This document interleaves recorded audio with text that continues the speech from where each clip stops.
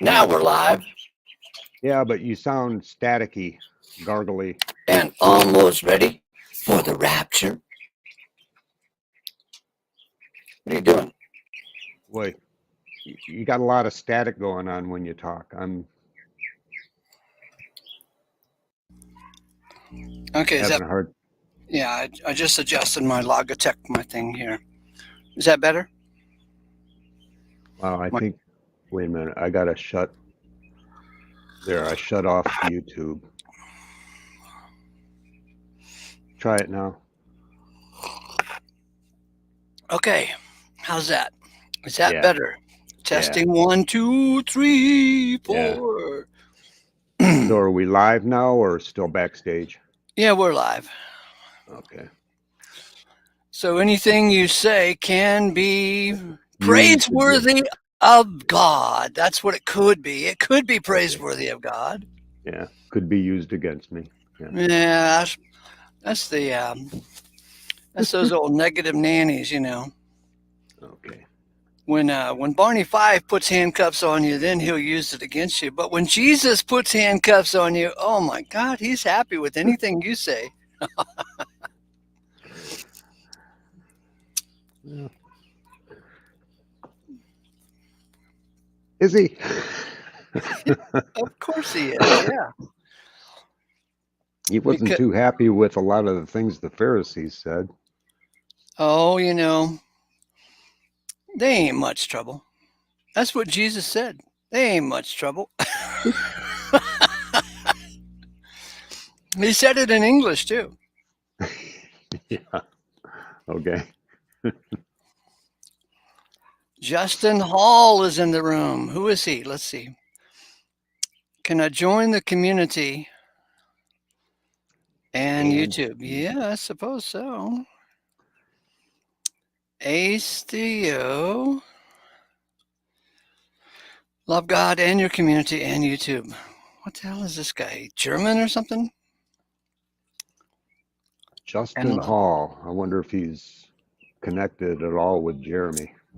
Isn't that Jeremy's last name? Hall? yeah. Maybe I shouldn't have said that. I don't know. Mm-hmm. Keep 6.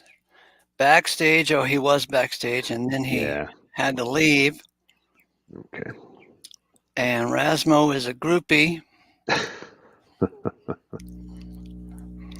Just follows us to every city, live from New York, live from Satakoy, live from Ann Arbor, Michigan.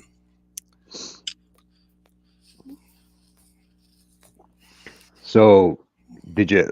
I'm assuming you had a writing, a typing session this morning. I didn't Yeah, catch it. yeah, I did. Uh-huh. Did you want to go over it a little bit, or Sure. I Let don't know. me bring it up here.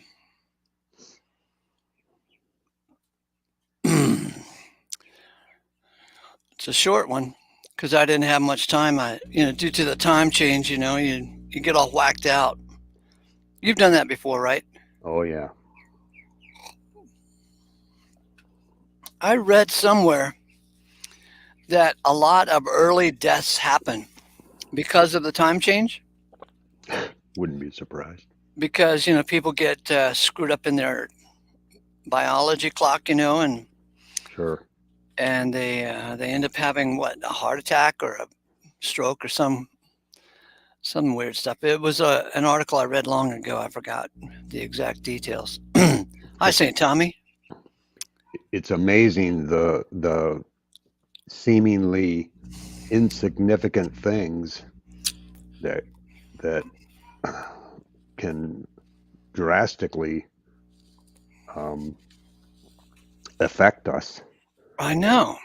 I mean, just I having mean, a just just a, having a nasty comment from somebody can really screw with your whole week, man. You have just walk around, you keep repeating that comment in your head like it means something, terrible. having a freaking headache can keep you from wanting to do something that if you had gotten done could have changed your whole life. I don't know. Everything is connected. It's so weird. Right. But we have free will. That There's is the no reason in the world why you should act like a doofus. yeah, that's my biggest complaint against the free will thinking is just the smallest thing can drastically change your direction. I don't know. I don't know how else to put it. Mm-hmm. I years ago in the 80s. No, it must have been the 70s. Yeah, it was the 70s. Um, there was a shoemaker in Santa Barbara. I was just barely out of my teens, but I wanted to learn how to be a shoemaker. And I would go over to his store and I'd beg him to let me be, an apprentice. Sure. And he was mean and grumpy. And he would throw his own customers out the door. Take your shoes and get the hell out of my store. I mean, I heard him say that on numerous occasions. Yeah. Yeah. And, even though he was mean and grumpy, I could read between the lines and see that, there was a soft heart down there. You didn't have to take his grumpiness seriously, but I'm sure that some of his customers were freaked out, were upset by the way he threw them out. Get the hell out of my store. Sure. But it turns out the guy had cancer. There you go. Which would explain a lot. Yeah. Of his impatience and, Sure. persnickety attitude. He up and died. Yeah. That guy in Austin, Texas, I think it was, that was up in that tower picking off people with a rifle. Oh, in the 60s. Yeah, and they discovered he had a tumor or something in his brain that people that knew him said they just couldn't believe that he would do something like that. They knew him, and it's just so out of character. And I don't know if it's true or not, but it's something I heard. Well, that would explain a lot. He's got this tumor in his brain, and it's pressing on the wrong side of the neurons. It makes him make stupid decisions. That take other people's lives. Yeah. Amazing. Yeah. So everything just might affect everything else. Everything does affect everything else. Yeah. All right, so let me get this reading started here and see what we can make of it. Now, at 7:22 in the morning, you would think that I would have less cloud, less foggy brain. Let's go see, because, quite often I'm writing at 5 o'clock in the morning or something like that. So let's see if I have any more smarts. Hang on, I gotta. Monday morning, 7:22. That time change thing. Well, that's a typo right off the bat. That time change thing screws with us a lot, huh? It's like taking a gallon of water from one end of the swimming pool and urgently pouring it into the other end. March 14th, 2022. We have every reason to trust God, dear friend. When we survey the scope of God's creation and glance upon the centerpiece of it all, the cross, we gasp. To dare suggest that the cross is God's perfect showpiece is unreasonable. Human reason would see the cross as a destructive thing, not a creative thing. But the cross is both, and perfectly. In the cross, we see life and death meeting. In the cross, we see God's judgment on any flaws in this creation. In the cross, we see God's corrective action to make flaws lovely and beautiful. In the cross, we see the end of sin. In the cross, we see God smiling on the future. In the cross, we meet the last Adam. As a result of the cross, we are introduced to the second man. All evil was there at the cross. All good was there as well. The cross to us is God's perfect timepiece. It's the clock of God. God measures time by the cross of Christ. For in him all is created, says Colossians 1:16. The insides of a watch are a perfect metaphor for us. Intricate, delicate, many moving parts, all for a purpose. One part of the watch moves, another part. The owner hardly thinks about the moving parts on his wrist, but daily appreciates the knowledge he gets from glancing at his timepiece. How's that for a metaphor? Yeah, it's good. Humanity meets God in Christ's cross, and guess what? All creation has an appointment with Christ's cross. For the cross accomplishes so very much, we hardly know all that it achieved, but we're starting to get a peep. Check this out. The passage that reveals that one day every knee will bow and every tongue will acclaim, that passage is all about the cross. I feel embarrassed to see that I have used that passage so many times in my battles with the free will gentlemen to show them the final outcome of God's infinite grace. I should add the word overwhelming as well. God's infinite.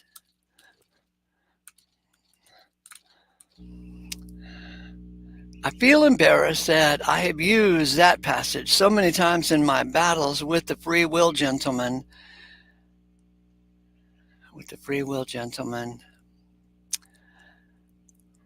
To show the final outcome of God's infinite, overwhelming grace. And of course, they insist that the bowing and confessing at that time don't do a damn bit of good, for it's too late, they say. I feel embarrassed because using that passage as a timepiece to show that the final achievements of the cross, but I wish I knew how. I feel embarrassed that because I'm using that timepiece as I got to get that sentence right. I feel embarrassed because I'm using that passage as a timepiece to show the final achievements of the cross, but I wish I knew how to bring those free willers to the passage and say, hey, boys, check this out. This is about the cross and its achievements. But they think God's timepiece, the cross, has failed to do its job. They think that God's calendar precludes the redemption of the very ones for whom he died. The cross is our argument. The cross is our hope. The cross is our glory. It's crazy. It's all the opposite of what human thinking is all about. Humans brag in their towers of Babel. Isn't that funny? I think it's a funny sentence, yeah. Humans brag in their towers of Babel, but we believers brag in the greatest destruction the world has seen or accomplished. They destroyed the giver of life on the cross, but it was God's perfect plan all along. 3 days later, the rules were changed. All of them. 3 days later, our wounded hearts were comforted. 3 days later, the giver of life was alive once again, but different, vastly different, unable to die again, and our hearts were terribly consoled. Isn't that a funny figure of speech? Terribly consoled. And now we know him after the flesh no longer, says Paul. Touch me and see that I am flesh and bone, says the risen Christ. Not flesh and blood, flesh and bone, for he shed his blood on the cross. Peter and the 11 thought perhaps his resurrection means the kingdom will be restored to Israel, but no, it was so much more. The accomplishments of the cross, turns out, was more than Peter knew. Peter knew, more than Peter knew.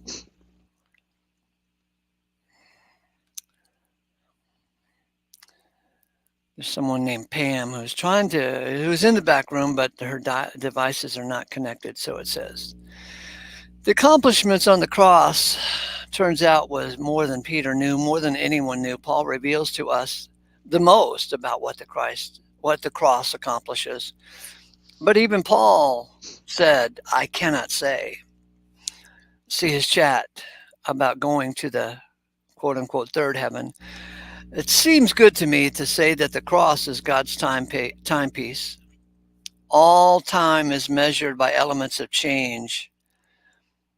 And at the cross, everything changed. Death began there. Grace was revealed there. Oh, you like that? Death. The death of death. Uh-huh. Yeah.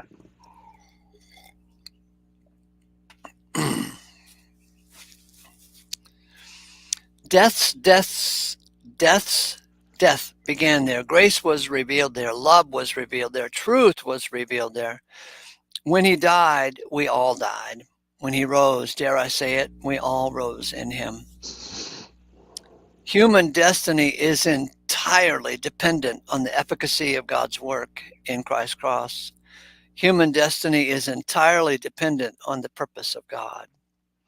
The cross reveals the purpose of God. If you spend a bit of time in Ephesians 1, 2, and 3, you can see the language of God to reveal that even the ecclesia, which is his body, was born in the cross of Christ. Gotta go, 8:06 a.m. Grace to you, and the end. How do you like them apples? Very good. Do you like apples? Yeah. How do I'm you not like sure. them apples? I'm not sure if they like me, but too much sugar in them, I think. I don't know. You're right about that. When I personally switched over to the Weston Price caveman diet, and I drank vinegar, I could taste the sugars even in vinegar. Yeah. Hey, I got to excuse myself for a few minutes. Bitter I'll be was. back. Nature calls. Sorry. Amen. The timing of God. Okay, there's your little invitation. And this is my pipe for today.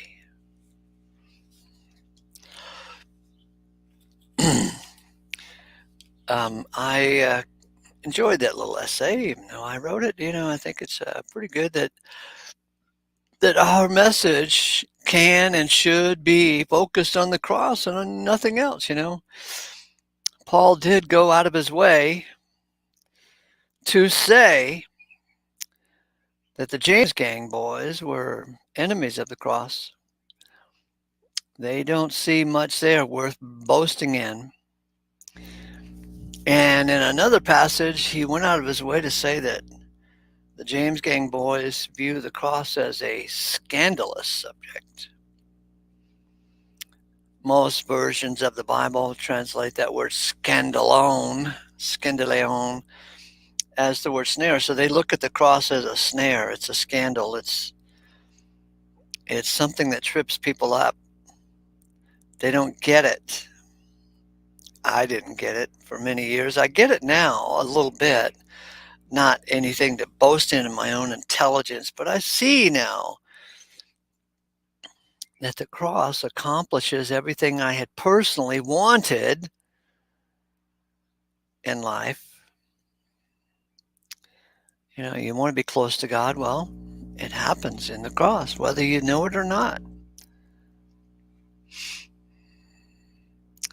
And of course, we're using the word cross as a figure of speech because Christ was crucified on a pole, but it comes down to us through the 3rd century Catholic efforts.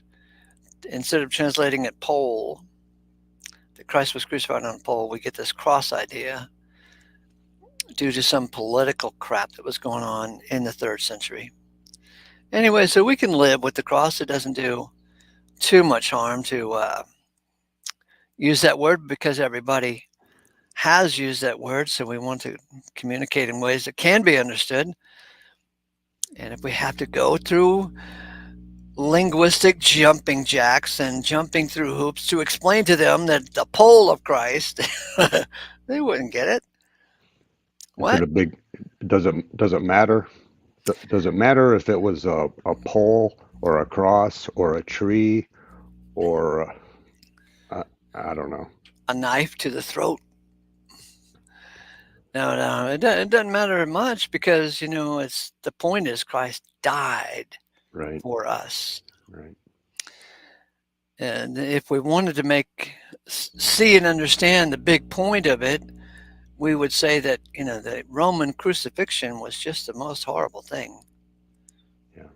It went on for hours before you were dead. It wasn't like hangings in the old cowboy West, where your neck snaps and you're almost dead instantly. Yeah. No, it was purposefully gruesome. I'm going off cam, but I'm still on mic. Okay.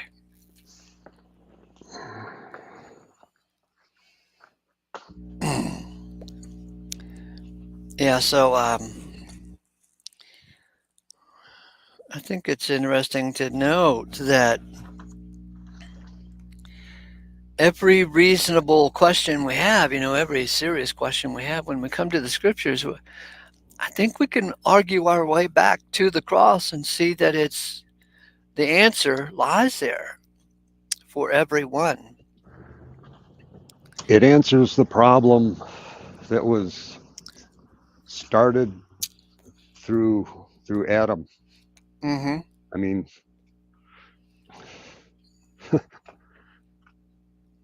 that's where death originated, as I Right. understand it, Uh-huh. through Adam, and it answers it.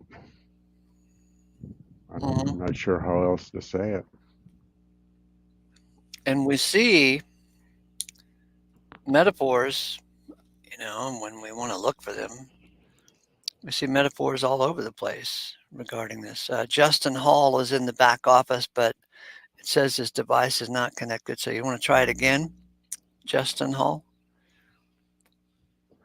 That's weird. That's the second one that was backstage where it said the device wasn't connected. I don't understand what that means. The device isn't connected. Oh, there's some old glitch that doesn't allow the camera and or the mic to be connected, so it needs to be addressed. I don't know what the glitch might be.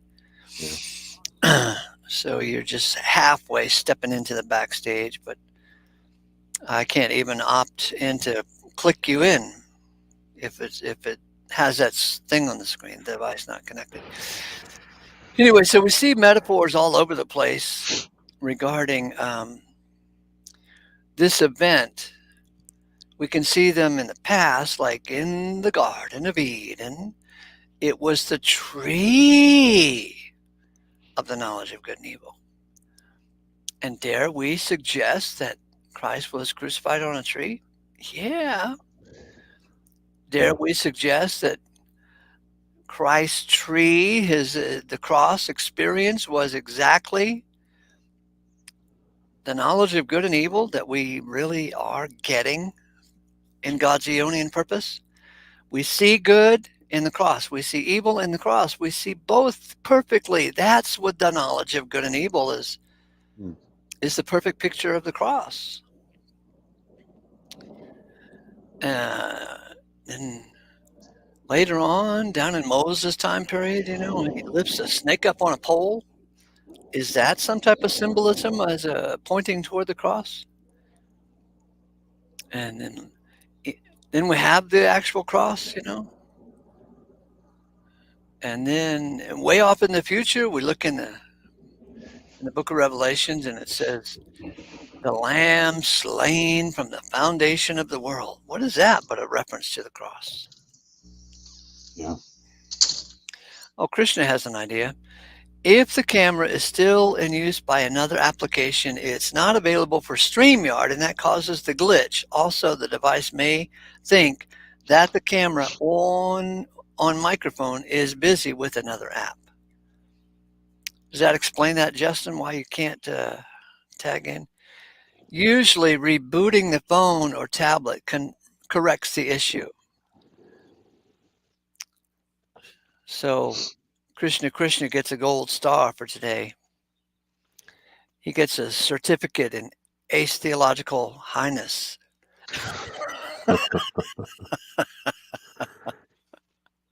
Well, maybe we'll wait until it proves itself out.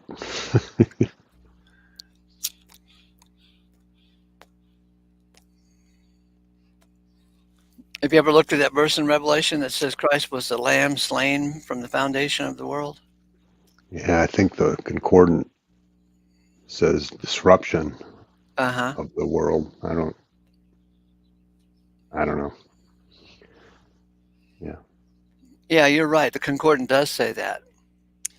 But I remember before I was a real concordant student looking at it in the King James, and it says the lamb slain. It doesn't matter whether it's from the foundation of the world or the disruption of the world. It just happened In the past, long time ago.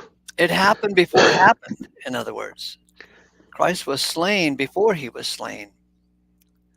How's that for a weird concept? Seems to me it was in the mind of God. It was his plan.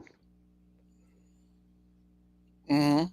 You know, like we've talked before about how the film is in the can, Mm-hmm. you know, but it's still got to be played out. Mm-hmm.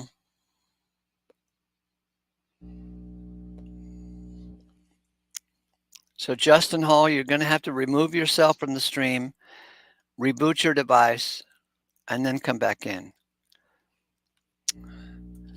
Meanwhile, Dale and I can talk to Krishna if you want to come in, boy. If we deserve to be talked to by you. Because you've got all these certificates of authority, baby.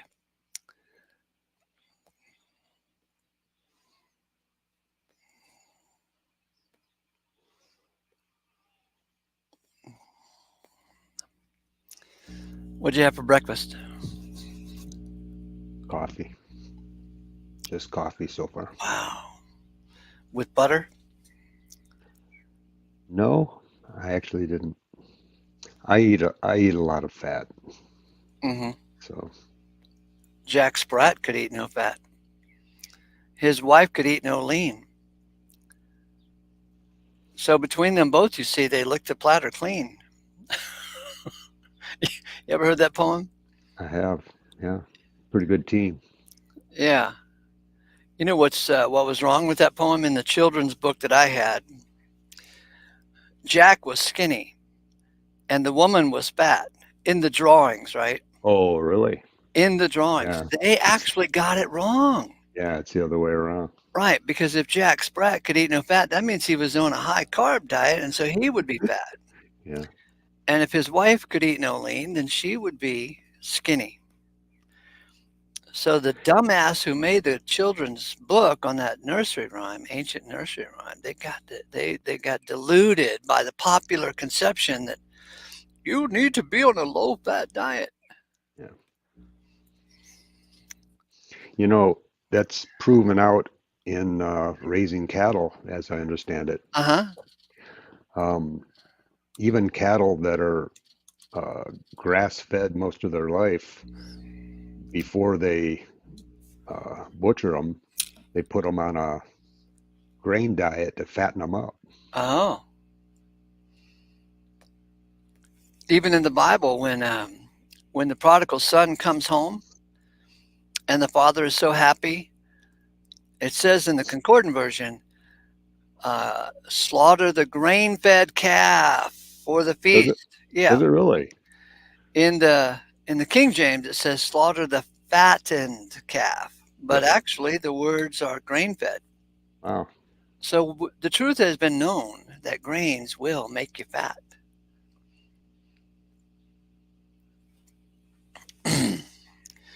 I raise rabbits sometimes, and my very first experience of giving them a lot, I used to feed a bunch of them with during the winter with soaked wheat seeds to plump them up, and Sure. because it would contain water, and during the winter their water freezes, so I thought I would be helping them out by soaking the seeds before I give it to them.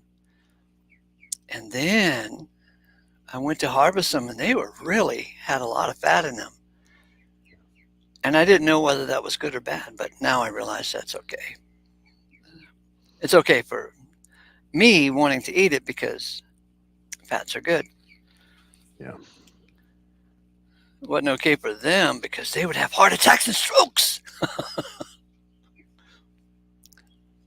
I'm a little confused here with Justin Hall. He says in the private chat, "Can you talk to me?" Oh. I don't know what that means. Is he?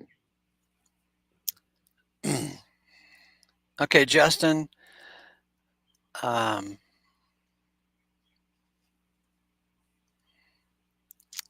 you need to log out of this and then come back in, because your device is not, there's no way to connect at the moment. You need to reboot it. Reboot your thing so you can come in. Can you chat? Yes, I About can. what? About Hey, buddy. About you, baby. I Yeah. can chat about you, Dale. I know how Hey, to do Jeremy. that. What's up? How you doing? Good. My Good. sister's here for a second with us. Her name's Jennifer. Say hi, Jen. Hello, Dell. Hello. Hi, Hey, Jen. how you Hi. doing, Jen? I'm doing all right now. Good. Not really. Hi, Jennifer. Hi, Jennifer. Hello, Ace. Are you going to have a rock'em sock'em day today? I hope so. Yeah.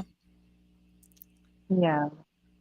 You have every reason to be totally happy or totally depressed or anywhere in between.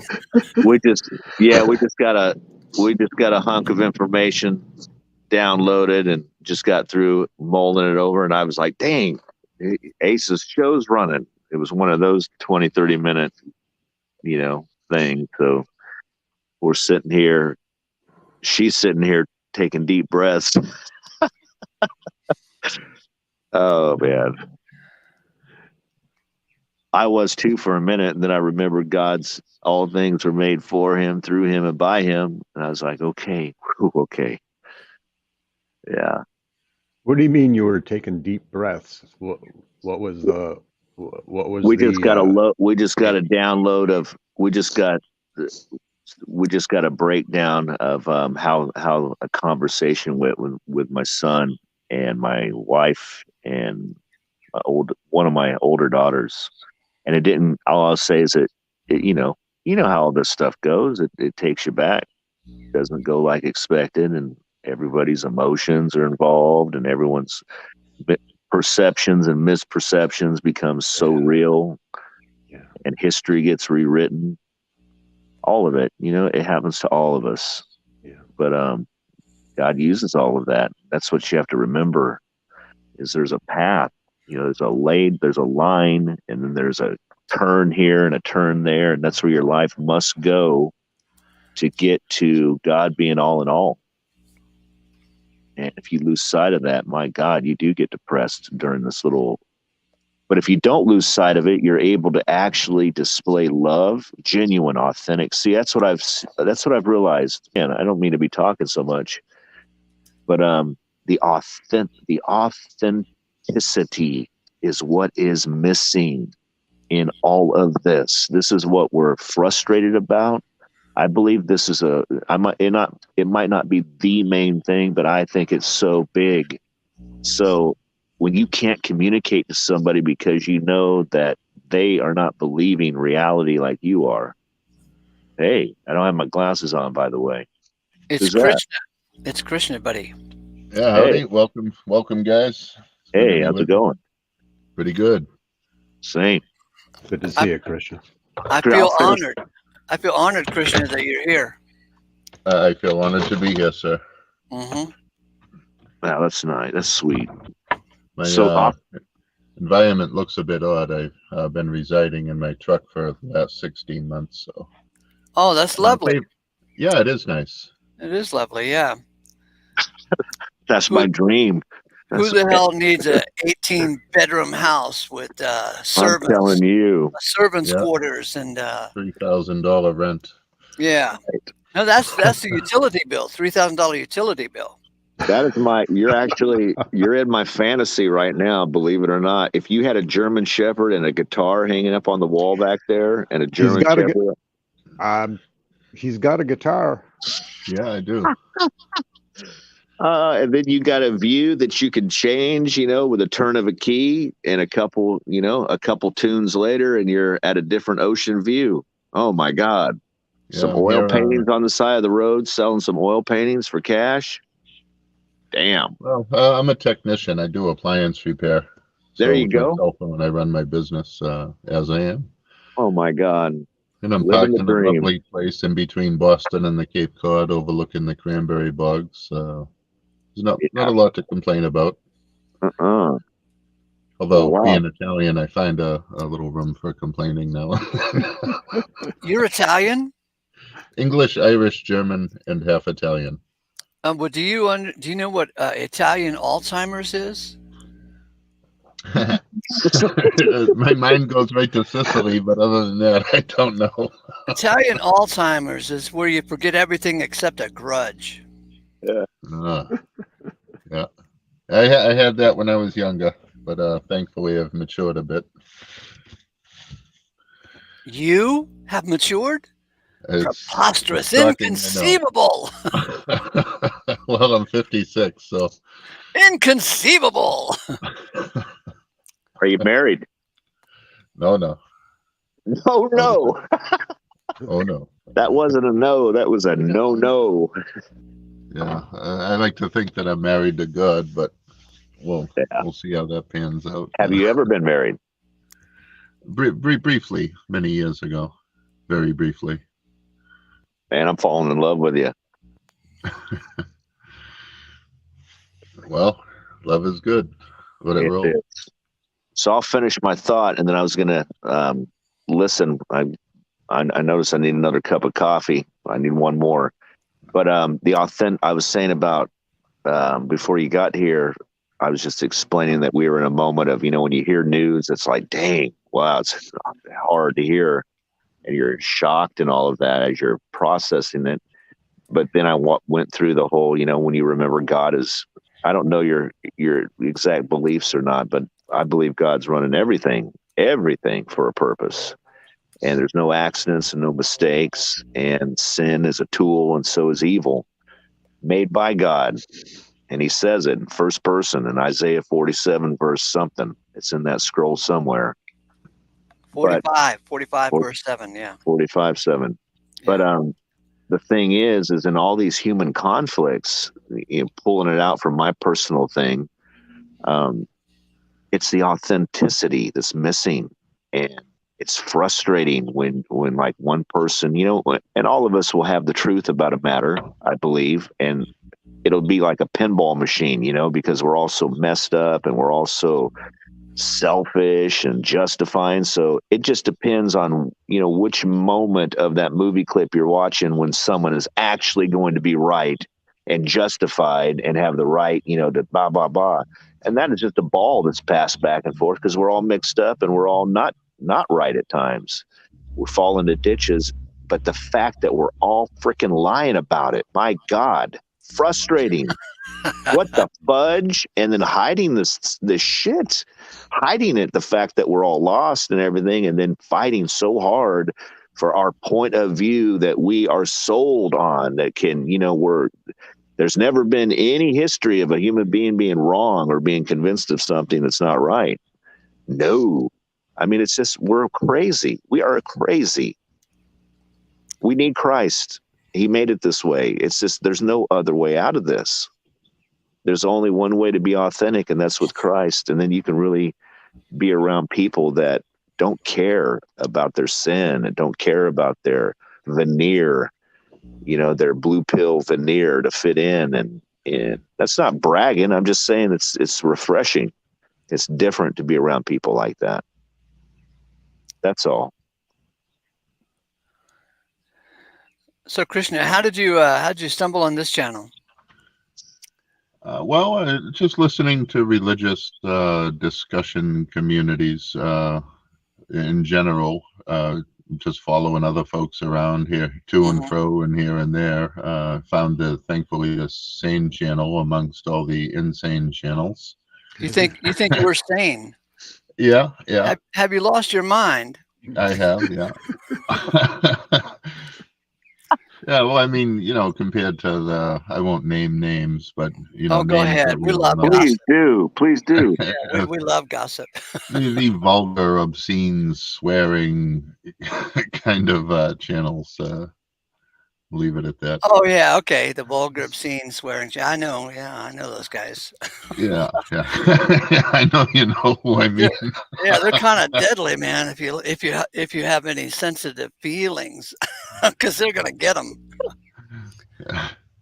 Yeah. Well, it's just contrary. I mean, speech language is either holy or not, and it's like, well, why isn't there obscenity and vulgarity in our prayers or in scriptures? I suppose for some people there might be, but I think the word piss is in the Old Testament. Yeah, well, there we go. It might be a Scottish version. Right. I remember when I was about 14, my grandfather, he used to sit me on his knee and read scriptures to me, to talk to me about the Bible. And he found the word piss in the Old Testament. And he thought it was unusual. He wanted to point that out to me for some reason. Do you remember the context it was in? Oh, someone pissed on a wall or something like that. It wasn't. I see. Yeah, I feel at home with you guys. I've been listening to you for months and months. I know you know me. So we haven't pissed you off royally, huh? No. Okay, good. No, it's interesting. I personally get kicked off of of other Christian forums almost on a daily basis. Yeah, truth is hard to take sometimes. Just yesterday, I was over on Bill's channel, and Bill said, "It is appointed unto man once to die, and then there's no more chance for salvation." And I go, "What? Did you say salvation is a thing of chance? I thought it was the work of God." And instantly they kicked my ass off. Well, I mean, I can... and deleted all my comments. Wow, Sorry. That's pretty heavy. Yeah, well, no two people are going to agree 100%.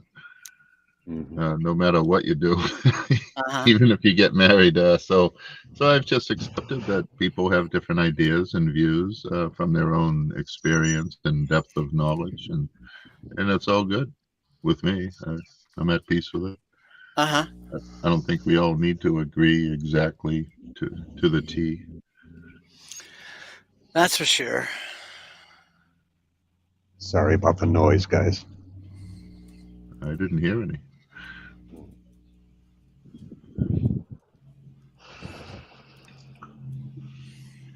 Yeah, you're bringing up salvation. I don't know if maybe you don't want me to bring up anything about the Gita, but go ahead. It's just interesting. It popped into my mind that in the Gita, Krishna describes salvation as freedom from sinful activity and its consequences. Oh yeah.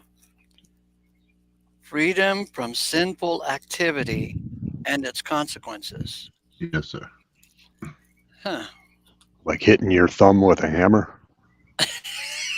Well, more like being loose sexually and then having the hell of unwanted children. But what if diseases. you want the children? That would be a different story. That wouldn't be a hell. That would be a heaven.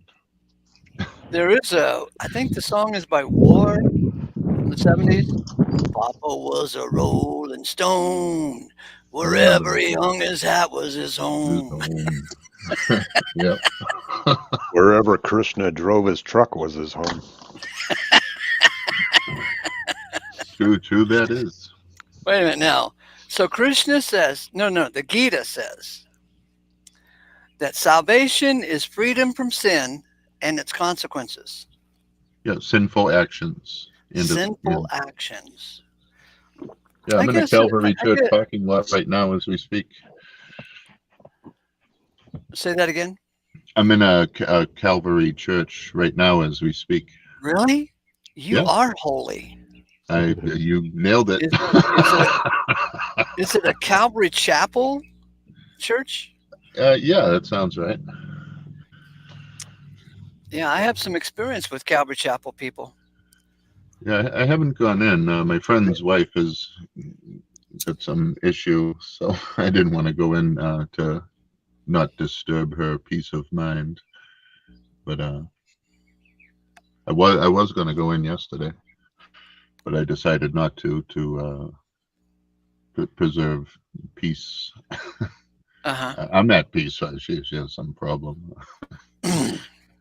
I got kicked out of a Calvary Chapel church in 1980 because they were reading Romans chapter 5, and I couldn't wait for them to get to verse 18 and 19 because that indicates universal salvation and universal condemnation, through Adam and or Christ.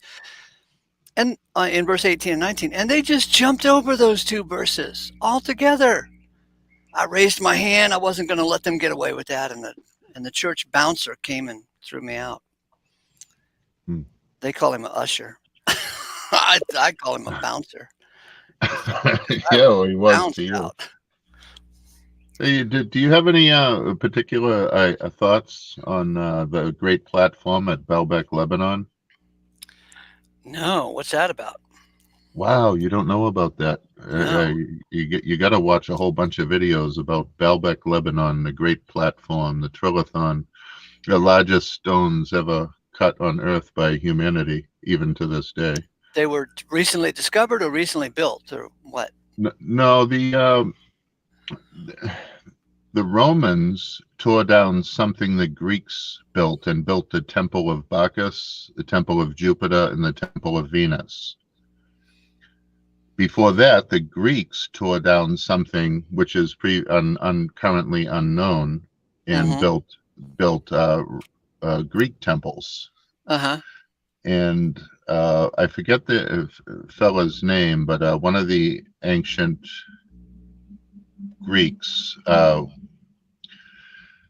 told someone else. Anyway, one of the Greeks went to Egypt and inquired with the pharaohs about the history of this place, and they said, "Oh, this very, very ancient, far older than us. It's probably more online with Göbekli Tepe in Turkey, like the 12 to 15,000-year-old sites they've been digging up all over there." So I heard a year ago or something about the Baalbek something or another. So, but I didn't quite catch on. I didn't follow up on it. So, what's this about? Well, it's supposedly Adam? It has something to do with Adam, but I'm not really clear on exactly what was there. Maybe some kind of a grave or a memorial site.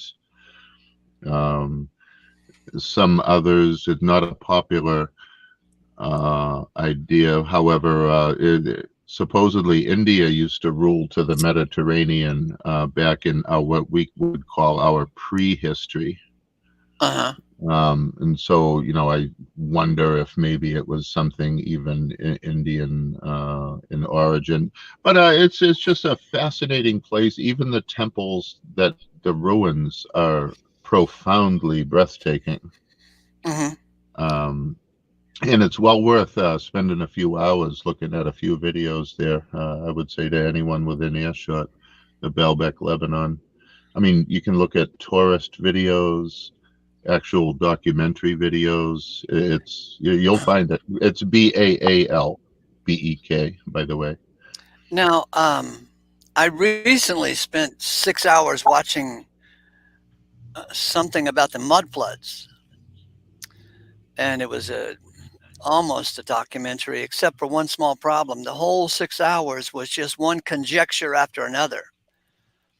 At first, it was interesting to me until I realized, wait a minute, this is all fucking conjecture. I don't, you know.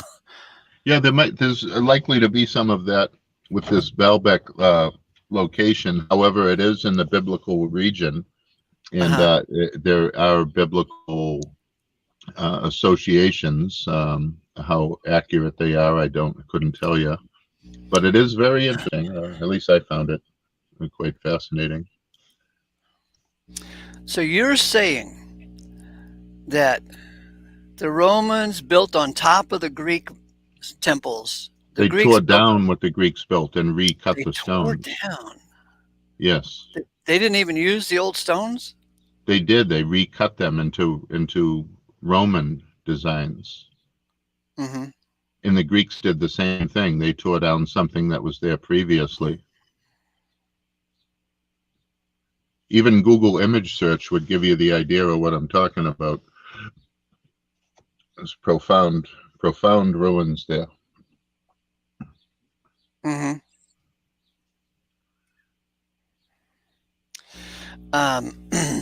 Okay, so this, in other words, what you're saying is we hardly know anything. That would be fair to say, yeah. There's, other than local myths and legends and stuff.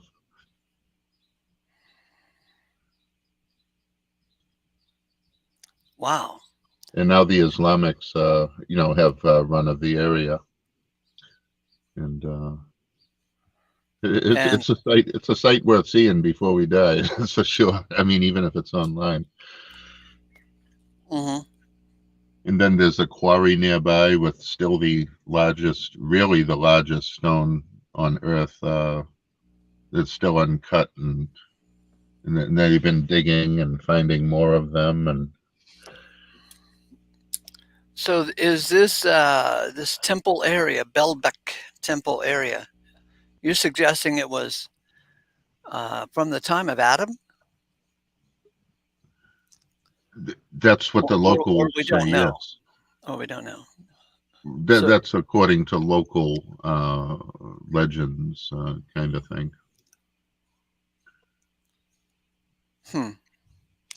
Okay. Is right there. Well, yeah, right in Lebanon. You know where Lebanon is. Yeah, they fight over there, from what I understand. Oh yeah, yeah, a little more aggressive than we are here. A little more authentic. Manly men. Yeah, I remember during the Reagan administration, the Lebanese did something they drove a truck bomb into a Marine barracks and killed a couple hundred Marines. And Reagan said, "That's it, we're out of there." So he just peeled out. Instead of starting a war, he peeled out of there. Yeah. I have a hard time thinking about things like that existed before the flood. I would think the flood would have destroyed everything, but these are 1,000-ton stones. Yeah, well, Superman could lift them up, right? I'm not a subscriber of Superman, but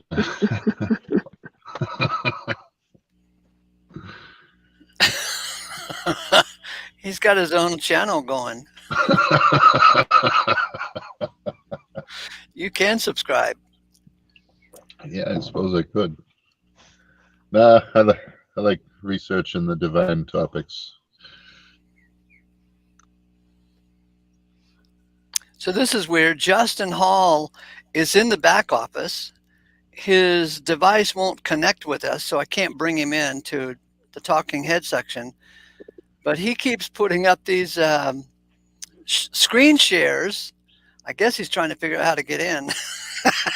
I don't know what's going on there. Yeah, Justin, what you want to do is, if you're on an Android phone or tablet, is just leave, reboot your whole device, and then try to come back right away.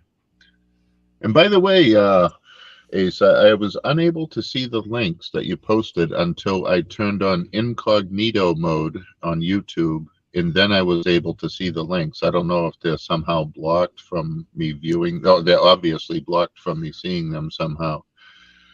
I gave you a moderator's wrench. Oh, I see. Okay. Yeah.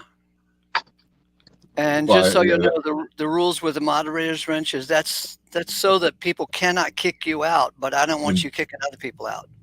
Yeah, I'm not apt to do that. What about those VUM.org bots? Leave them alone too? Oh yeah, you can kick those out. Okay. Because they're just sex robots. How they work? Enchantingly. Yeah. That sounded like, you remember Penelope Pitstop, the cartoon? The little evil dog that would laugh? Oh, yeah. Yeah. Remember that? Do that again, Dale. That was perfect. There you go. I don't remember how I did it. Yeah, it sounded like it. It's good.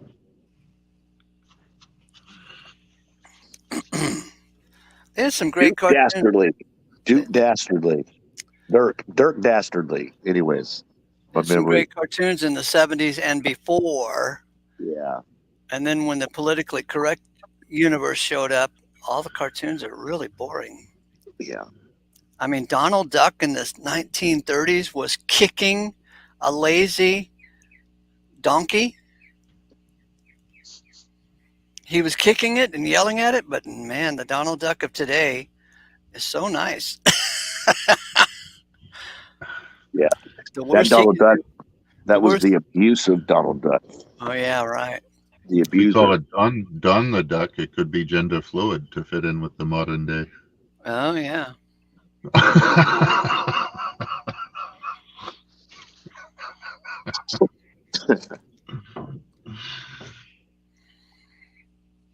Oh, goodness.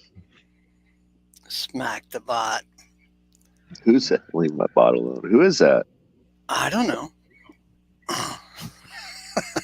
It's funny. So Krishna, you're so are you, is that the enlightened path that you are on? Well, my story is I've grown up in the south of Boston area, and man, I used to wait for the greatest story ever told every Christmas to be on TV, and I'd watch it hours for hours and hours, just every second of it. I'd drink it all in as deeply as possible. And reading and talking, I was pretty interested in religious matters. However, I was really unable to personally find true fulfillment. And so when I got my first computer in 1999, I started to research all kinds of other ancient things, including religions. And I pretty much went through all the religions, learning about as much from them as I possibly could. And I really did feel personally fulfilled when I came across much of the Eastern teachings. And I feel as though they helped me to understand our Western scriptures much better. More, I gained a lot of understanding. Yeah. Through these role models that are in scriptures, and the stories, the lessons, it's changed my life greatly. The same kind of stories that you, Sterling, and the rest of the folks here have expressed having. For me, it just took a little extra simplifying, which I got not through just the scriptures, but also lectures and talks about understanding the scriptures of the East, of course, and my sexual addiction vanished, my anger, with some effort and work and wise guidance, has vanished. I'm not even able to be angry anymore. I was only angry one night when I purchased a van and got to pay the guy $100, put it on the road and paid guy $100, drove me up to New Hampshire, dropped me off, and then the damn thing wouldn't even turn over. The engine was frozen. It was actually the air conditioner, but that was a challenge that one night. But aside of that, I haven't been angry for many years. Mm-hmm. Even that wasn't anger. It was just like, why did he do that to me? Why? He's a damn mechanic. Yeah. He told me it turns over. And so that's my story in a nutshell. Mm-hmm. I'm more than happy to answer specific questions if anyone has any. Mm-hmm. I realize that you're Bible centric and focused on that, and I'm not here to disturb anyone's faith or anything. So, more than Bible centric, we're all about Paul's 13 letters. Okay. We pretty much ignore most of the Bible. I see. Because it was for the Jews, about the Jews, and concerning the Jews. But Paul was the apostle of the Gentiles, and so we pay attention to what he says more than any other parts of the Bible. Oh, Paul was the apostle who wrote the Corinthians? Yeah. Okay. Yeah, I like that. If we boast that we have love and can move mountains, and but we do not have love, then we're basically jack shit. Exactly, yeah. I like that. Yeah. I was, a couple of years ago, I was hanging out with this kid in my neighborhood. He's all of 28, no more than 30 years old. And we live in a little Mormon town, or Mormon community on all sides, except for this guy. He was, a pretend hippie, The hippies have long gone, but he was growing his hair long, getting tattoos, and pretending like he was spiritual, as opposed to the Mormons. He's spiritual compared to them, right? So I began to talk to him about the scriptures. I even gave him a concordant literal New Testament. And it was really funny. He says, "Oh no, this is bullshit. Only the Bhagavad Gita is true." And I go, "What do you mean? Only the Bhagavad Gita is true? Have you even read the Bible?" "Oh, it's all false." I said, "Is there anything true in the Bible? Like it says in one verse that Claudius was the ruler of the world at that time. Was that not true?" That Claudius was the ruler? So is there anything true in the Bible? And he had to admit that he was just, mentally jacking off, really. Only focused on one thing. And which is what we do when we're young. I can remember many times reading a book, and oh my God, all I could talk about for the next 3 weeks was what that book said. You got to hear this. I was so excited about that one book. And then after my library grew to 3,000 books, I go, well, I guess I don't know everything, and I shouldn't be excited about anything too much. Yeah, we're really fortunate to have these words from all these, well, in my case, all these great masters, or the one master, as most people choose to go, to help guide us and advise us in life. I mean, imagine if they were just gone. Well, listen, I am. When I woke up, when God woke me up, and I was a minister in one of these big churches. And when I came out of it, before I came out of it, before I knew I was going to get fired, I would have discourse with all of the church leadership in email. I was on the email list. And so I would send them all these, questions and stuff like that about, man, how come this Paul guy, how come he's saying that he shunned not, he didn't shrink back from declaring the whole counsel of God? And I can never find in any of his letters where he's talking about warning them from this awful hell place. What's up with that? You can't have those two things coincide together. You can't have a man with a message that says, hey, before I die, he says, hey, I have shunned not to declare and preach the entire whole counsel of God. And I got the message that was even hidden. You can't even search it out in the old scripture. I got the message delivered to me from the Messiah himself, resurrected. And he never mentions hell. And my point is, I would send them all these Buddha verses and stuff, right? And man, where I learned so much from them, because that's what God had me do. He had me go through all the world religions and threw my Bible away. I just threw out everything. I made a list, everything that a man had told me. And then I found myself just believing. And then I had another column with the stuff I had searched for and sought after that cost me something to discover. I had a very short list. So I threw that Bible out, and I threw all my, everything I had learned just from hearing another man say it and not doing any work. Yeah. And man, I'm with you. Those Eastern, I'm convinced that they somehow ran into some messenger of Paul, because those words are anyways, no one ever said, why are you sending these? They all thought those were Christian verses. All those Christian leaders, Pat, the whole lot, they actually thought those were in the Bible, in their Bible. I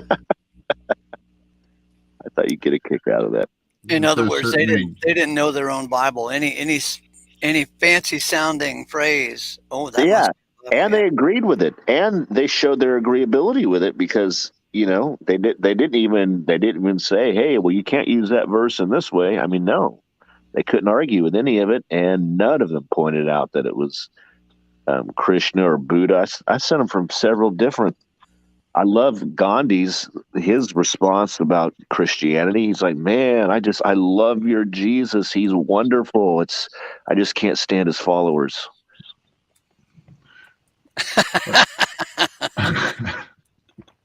I think I a love lot of your it comes. Jesus. He's wonderful. I just can't stand his followers. There is a lot of confusion in the Western scripture that doesn't really exist, so certainly not to the degree in the Eastern teachings, and I think that confusion, perhaps the lack of reverence, the lack of being a good student, is also largely to blame for it. Yeah. I was really appalled growing up, though, that wow, it's Christian society and these people are so obscene and vulgar and cruel and mean and perverted. It's just so prevalent everywhere. I mean, even at my brother's bachelor party, it's like, I said to the stripper, oh no, I'll just stand here. She said, oh, sit down so I can dance for you. I said, well, I'm going to stand here. You give my brother the time. And all the friends, who obviously are like Christian Catholic kind of folks, they all howled with laughter at me, and I smiled at them, thinking, wow, how unwise these people are.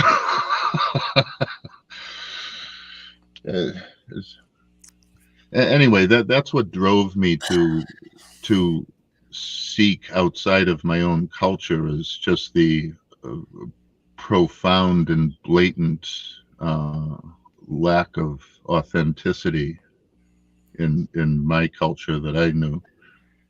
And I'm glad I did. It's the best thing I ever did.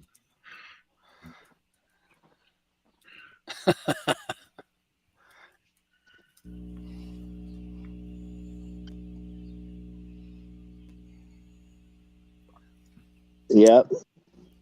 You have the Truth pool. is- You have the floor, Krishna. Anything you want to say? Yeah. We're interested. If you ask questions, I'll be happy to answer Oh, from yeah. my heart. I like that approach. Make us do the work.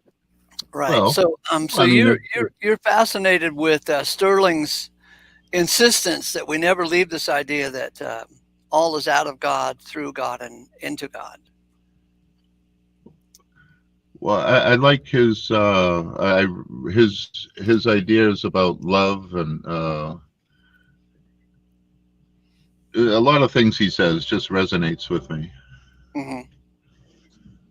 I feel on the hot seat, so my thoughts are eluding me. No, I agree with you, and it's kind of new. It's kind of a new. It's not. See, that's what's so troubling about it. It is a troubling message because when you start realizing that about, wow, this is the real purpose, it kind of puts you on the hot seat, doesn't it? It's like, wow, it's like, how can I complain now if I'm really learning the depths of love and what it's capable of? And it's really important that that love is not, I keep saying the word doormat. It's probably because of my personal experience. And it's not because of a chip on my shoulder. It's because I realize in the primordial order of things, and when we really, really have a desk out there where it really is true that the buck stops here at God, the creator, the placer, the subjector, well, you're stuck because every reaction, every emotion, everything had to come out of him. And so he can do with that what he wills. And it so looks to me in this story, in these 13 letters, it looks to me like he decided, because he also says that he gets whatever he desires, period. And it looks like he decided to channel all of his creative ability, to create this flesh and this, it's a fake world of, atoms and stuff staying rigid, far apart from each other. It's a big illusion anyways, but he decided to channel all of that into one entity, and there'll never be another one like him. The only begotten Son of God. That is incredible. You understand that they'll never, until God becomes all in all, which who knows when that will be, there will never be another one like him. And he created all of us. And so every emotion you have, every eyebrow he tells you, he doesn't just count your hairs on your head. He numbers them. Oh my. He lists them. There's a reason. Everything's on rails. Your life is exactly perfect for you to come to the revelation of what love is and how to operate in it and how to forever live like that. Oh my God. He numbers the hairs on your head. Oops, there goes 3,922. Yeah. You count something, you just get the tally and you verify the total one time. You can throw all the freaking, chads away after you get the verified count, but you number something, that's a living, breathing document. Everything stays. Hair number one is here. So when it is out of place on purpose, it's recognized and known. I did an early morning show yesterday, and you said you could at least brush your hair. I don't want to brush those things; they're already numbered. Well, I was giving you a hard time because I'm dang comments. Yeah. Oh my God. Appearance is everything. Reality is nothing, baby. Yeah, everyone's up here pretty much naked.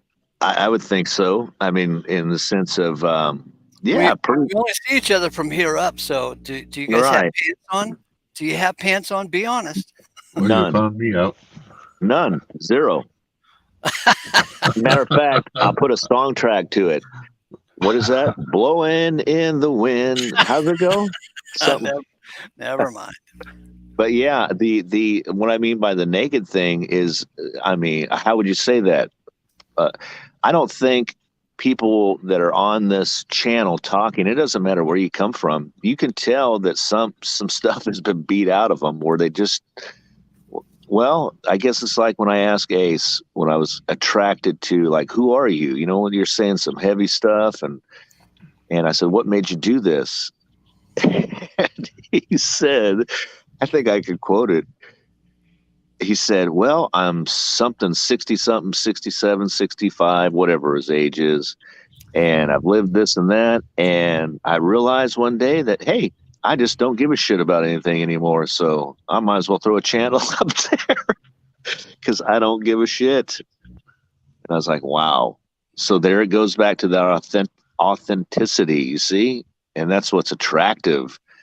And people are so lost that they are so focused on that beard and that messy hair and the words, the invisible words, parting atoms and molecules as it comes forth and shapes the air around it and goes and vibrates your eardrum. Man, those are just dismissed. They're not even seen. But your damn hair is. What's wrong with you, Ace? God dang it. Forget all those lofty, heavier matters that's taken 60-something years of grinding. And you need a makeup artist, and they need to relate to you. You got $5,000 worth of lighting. Actually, we're being insensitive. You know what? Because really, we're not being fair if you think about it. And we're supposed to go along with the rules. So if maybe half the audience if half the audience has their value wrapped up in what can be removed, 75% of it with a napkin, maybe we should start putting more concern on what we look like so they can feel, relate more. I don't know. I'm just throwing it out there. When I was a part of the Witness Lee hootenanny called the local church, also called the Restoration Movement. I went to I went to Atlanta to be part of the church in Atlanta. And the one thing that bugged me right off the bat was every brother in there had a necktie on, a white shirt and a necktie. They look cookie cutter.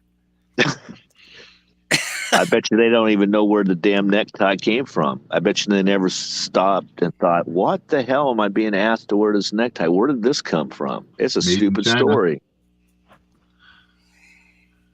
Go ahead, Krishna. Made in China. And Witness Lee came from China. Okay, that makes perfect sense. Yeah. The necktie was a napkin of convenience is what it was. Someone made it a fashion statement. Oh, yeah, I forgot about that. Yeah, I said, screw that. I'm not wearing that when I don't have to anymore. That's stupid. I'm going to find something else to wear that my own thing to wear. Damn napkin strapped around your neck. Well, I think there's a place for it. Oh, yeah. Funerals, church, boardrooms. What's the difference between those things? Funerals, churches, and boardrooms? No, I agree, though. It is necessary. It's a part of the deal. I mean, I feel great in a suit. I do. I love the feeling.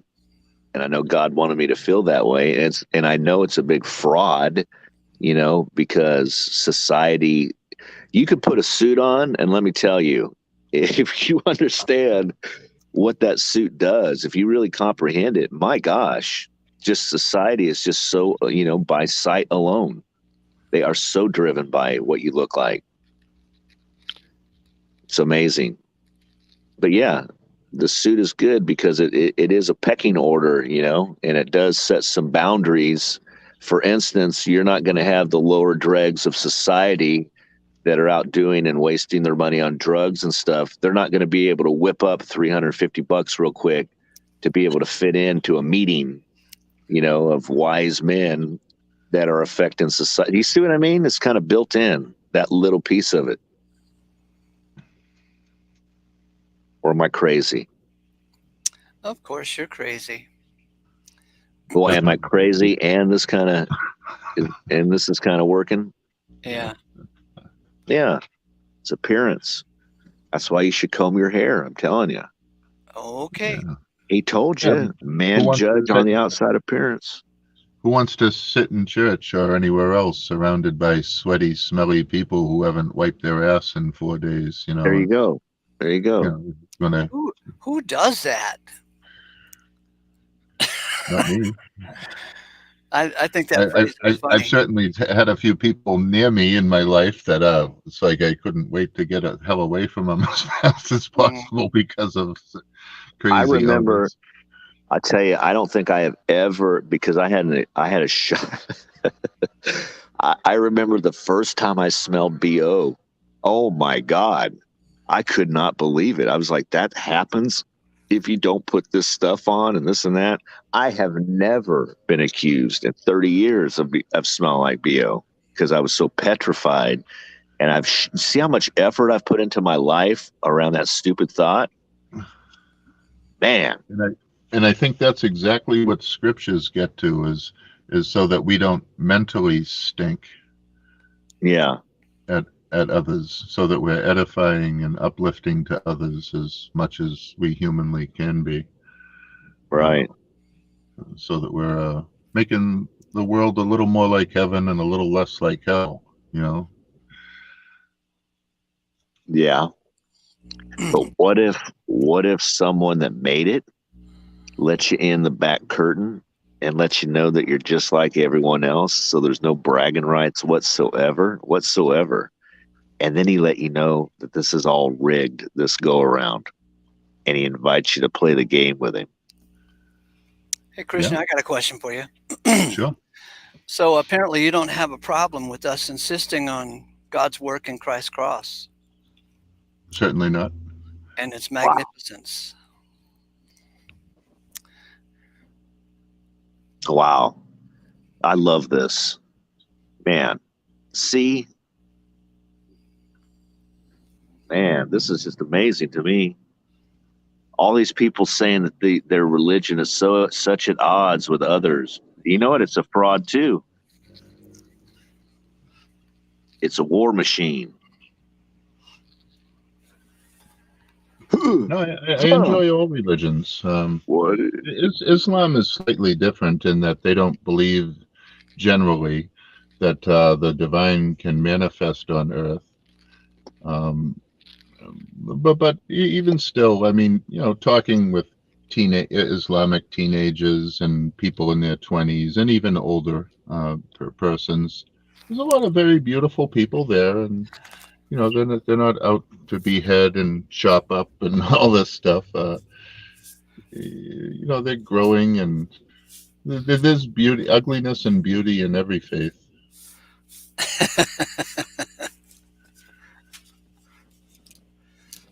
The Hindus got their nasty, ugly people in situations, just like every other faith. I've only known, I think, 3 guys who called themselves Buddhist, and they had temper problems, all 3 of them. Yeah. Do people with temper problems gravitate toward Buddhism? It's possible, yeah, sure. I mean, in every faith, there's a large body of people who don't quite get it deeply, and they're kind of there in name only. And there are a few devotees who actually get it.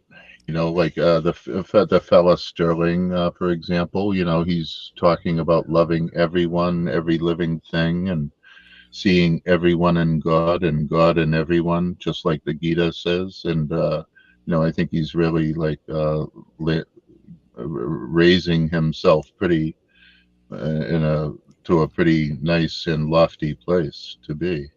So you know the Gita. I'm very well knowledgeable about the Gita. Maybe not like a Hindu priest, but for a Westerner, I damn well know it pretty well. What is the Bhagavad Gita? Is that different than the Gita? No, they're the same. The Hindu epics, there are 2 of them: the Ramayana with Lord Ram and his brother Lakshman, and there's the Mahabharata. And they're both very long epics. And in the Mahabharata, the Bhagavad Gita, is like 3 or 4 episodes of the Mahabharata story. It's basically Krishna's talk with Arjun, the great archer, before the commencement of the Mahabharata war. Maha means great, and Bharat is another name for India, so it basically means What does great India. Bhaga mean? Bhaga it means divine, like Bhagavan means God, Bhagwan, divine is what it means.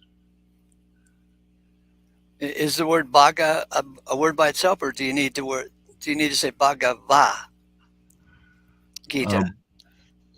No, they say Bhagavate. I think that's a devotee. Sometimes the very highest teachers will be called two of my favorite teachers is Swami Anup Bhavananda Saraswati, so they might call him Bhagawan Anup Bhavananda, or another teacher will be B.K. Shivani. Some people might refer to her as Bhagawani for a female, B.K. Shivani, Bhagawani Shivani.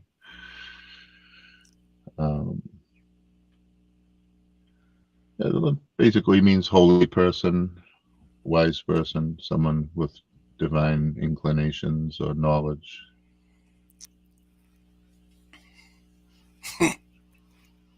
I'm happy to answer these questions, but I do not want to be irritant to your religious discussions here. But if you want to know, I'll be happy to answer anything that you have to ask. And I just, as a representative here, I want to tell you, ditto, right back at you. That's exactly how we feel. Same thing. That's just a silly thing, isn't it? It defeats the whole purpose of, like, I can't even learn anything from you if I have that mindset.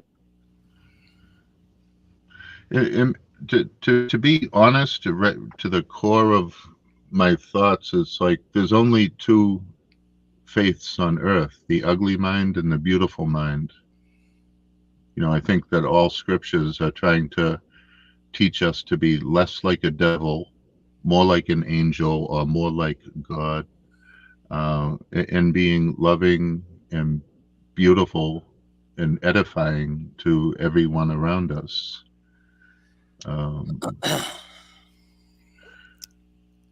And I realize that, most people on earth have one faith that they know, and that's all they want to see. That's all they're going to see. And that's the end of the story. And that's fine, But that is how I see it. Does your Gita have anything like Paul's message of God's Aeonian purpose, that there are certain eons planned, and at the end of the eons, God will be all in all? Do they have anything like that? Sure, yeah. Krishna says in the Bhagavad Gita that God manifests on earth in eon after eon, and everyone is climbing the spiritual ladder, even those who seem most abhorrent and the opposite and evil and all this kind of stuff. And they're just on the lower rungs of the ladder, making their way to the same place that we'll all end up in the end eventually. It may be in several lifetimes. It may not be in this lifetime. But several yes. lifetimes, huh? Yeah, the reincarnation is. I don't claim to know what happens after our physical death here, and it's unknowable, and I'm not gonna know it other than what scriptures say.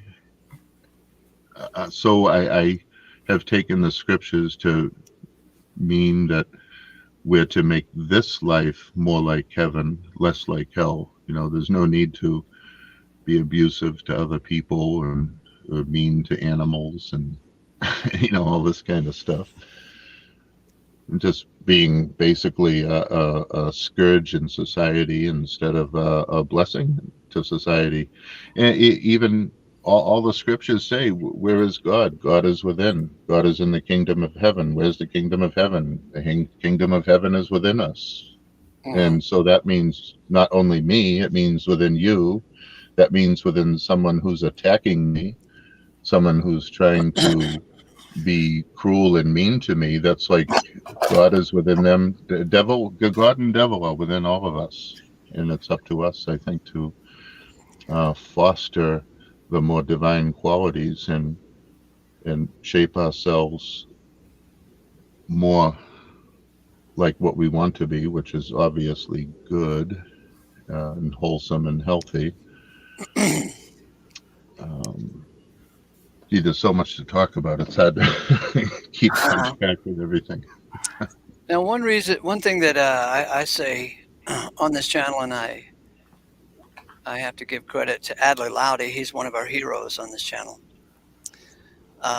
is that the difference between the scriptures, the Bible that we call the scriptures, and all the other religious writings of the world, is that we have a resurrection from the dead, and nobody else seems to bother with that, because the vast majority believe in some type of immortal soul, that the soul doesn't really die, and so they would never bother with the resurrection.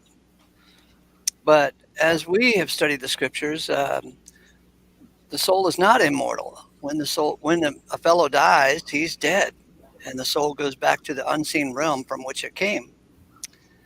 He's dead. There's no consciousness in the soul itself.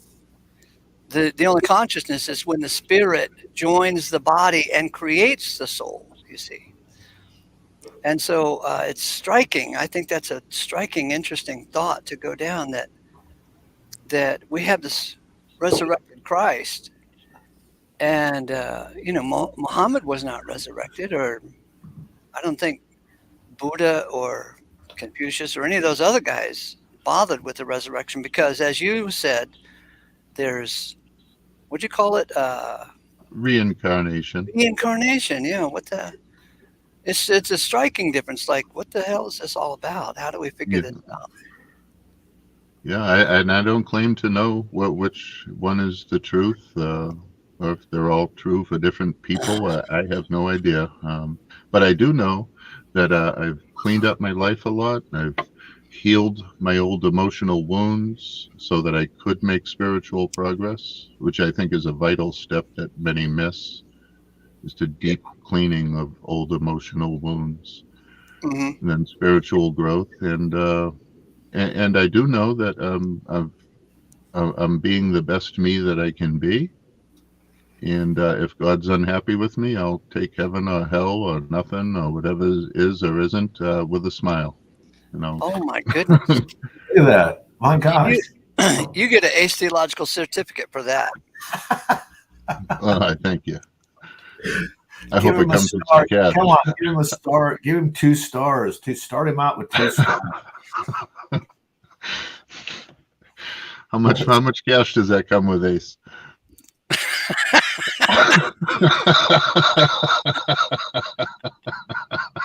So Krishna, I'm busted. hey, can we go back to something you said? I just want to encapsulate it when you said, because your what you offered as, hey, here's my empirical evidence. Here's how I've quantified, what I've done or what I've chosen to believe, and here's what it's given me. And what you said, the main thing you said was this inner healing, that you've done a lot of, and then you said that you had realized after you'd done that, after it was done, you then put even more value and said, had that not been done, I couldn't have gone on, to any other type of relationship or even do what I need to do, to recover and have a life again.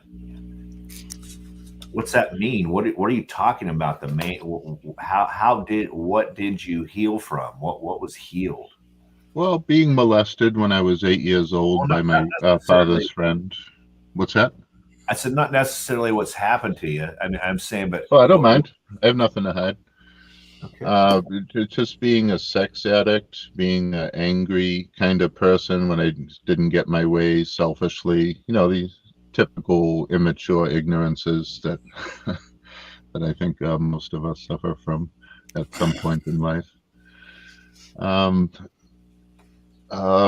Things like, well, when I was really young, I saw the neighborhood teenagers throw a live cat into a pool of gasoline that was on fire outside my bedroom window in the projects.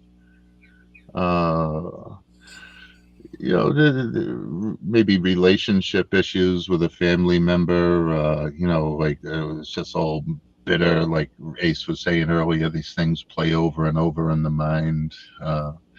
And these unhealthy habits and swearing, I'll swear a little bit, but at least it's not an endless raging river of swears like I used to be. We're working on Ace. He's getting better. Yeah, he's the tough cookie to crack. Yeah.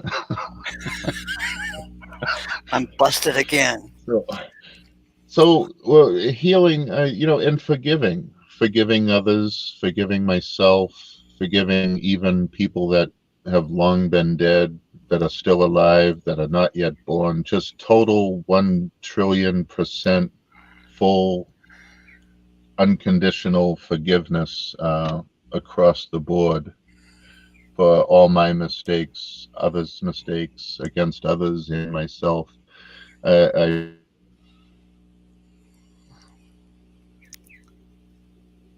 Just one moment for our.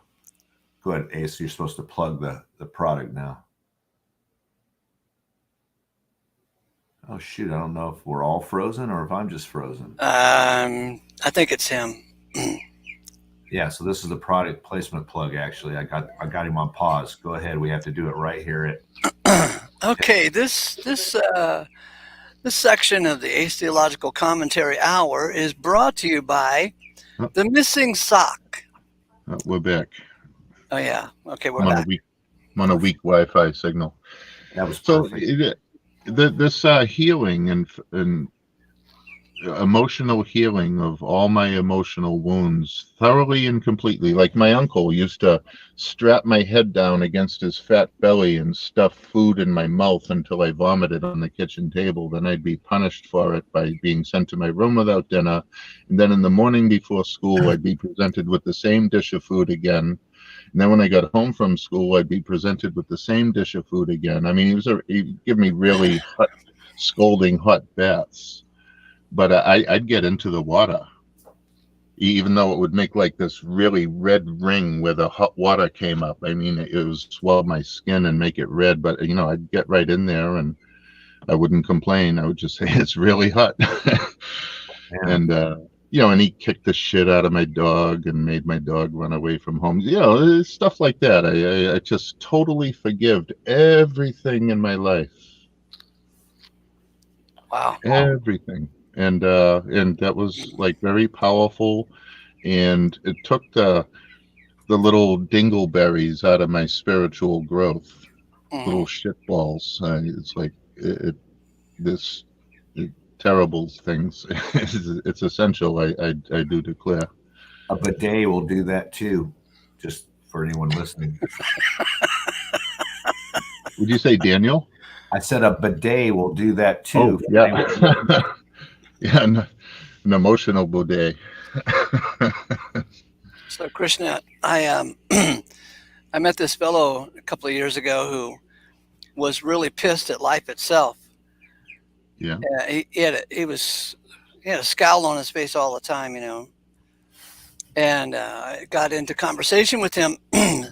Turns out all of his worldview came from the fact that his mother kicked him out of the house. He was on his own when he was 11 years old. Wow. And so I said, let me give you a really cool tool here. And the tool is, what are you telling yourself that's got you upset? Yep. Because it's not the event.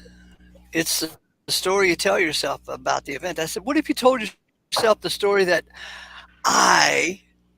I'm talented enough to take care of myself, and I've been doing so ever since I was 11 years old. And the next time I saw him, he actually grasped.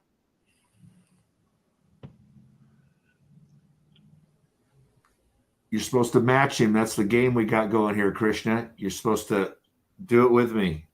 Yeah. Until he comes that back. idea emotion. You went silent on us there for a minute. You froze, yeah. I went Do you dark. want to repeat it? Do you want to repeat it, Ace? Yeah. So this guy was really pissed at life because his mother kicked him out of the house and he was on his own at age 11. And I dared suggest to him that it's the story you tell yourself that gives you the emotion. It's not the event. It's not the event. And he actually grasped it and he started telling himself a new story.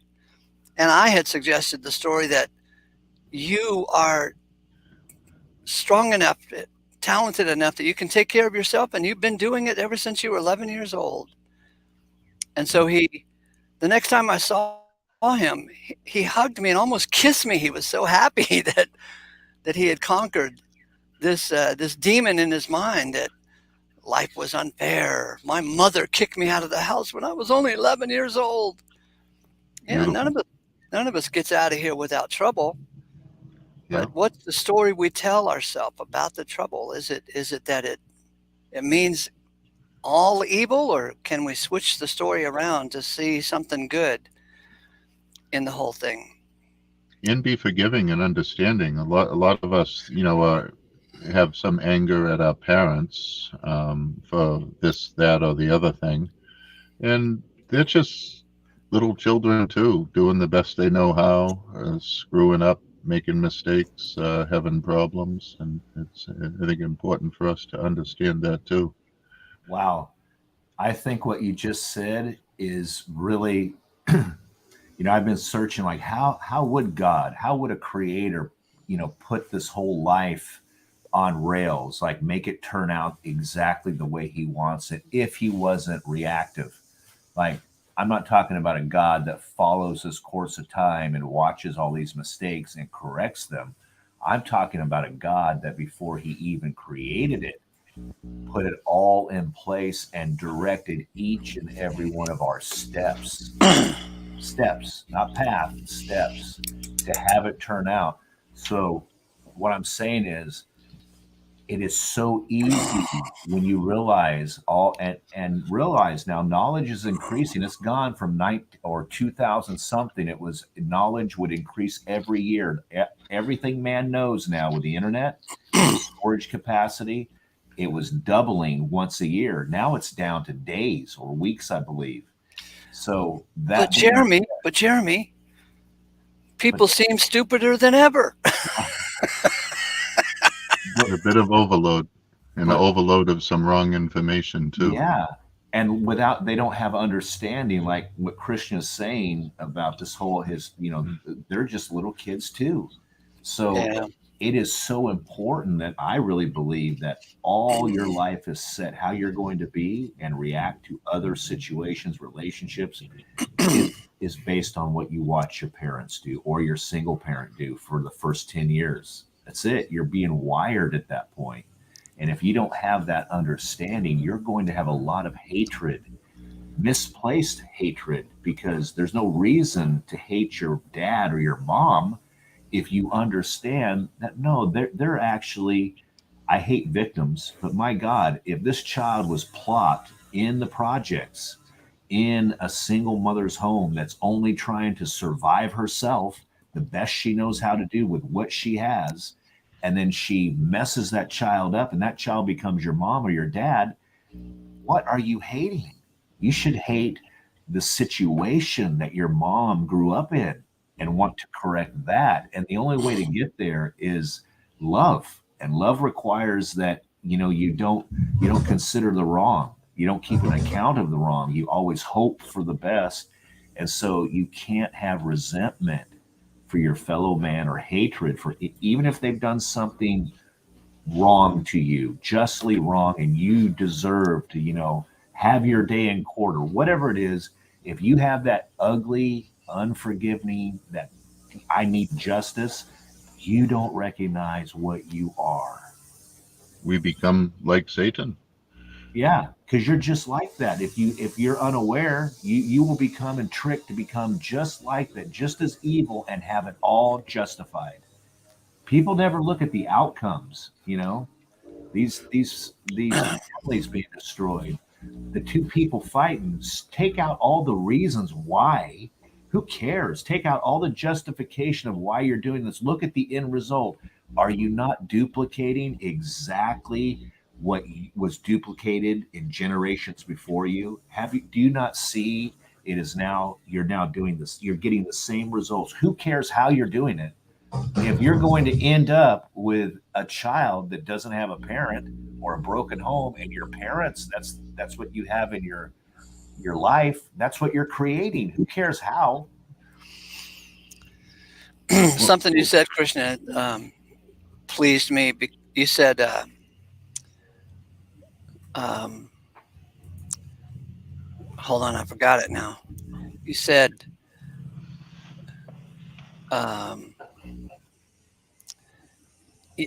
if you didn't get your way, you were angry. And I think that's a really good, interesting point to get to in your life, to where you can realize that just because you don't get your way doesn't mean it's not a good thing, because all of life is about not getting your way. So true. So you can be happy even if you don't get your way. And we need to spread the news about that anyway, because especially to 5-year-olds. Well, there's only one cause of anger, is we're not getting something we want, or something's not happening the way we want it to happen. Or we think we want, Yeah. Or we think we're angry when really we're just so fake and non-authentic. We can't admit we're hurting, so we're going to act pissed. I learned a good tactic to loving everyone, and that is to think of everyone as my own child, and that includes my own mother and people senior to me.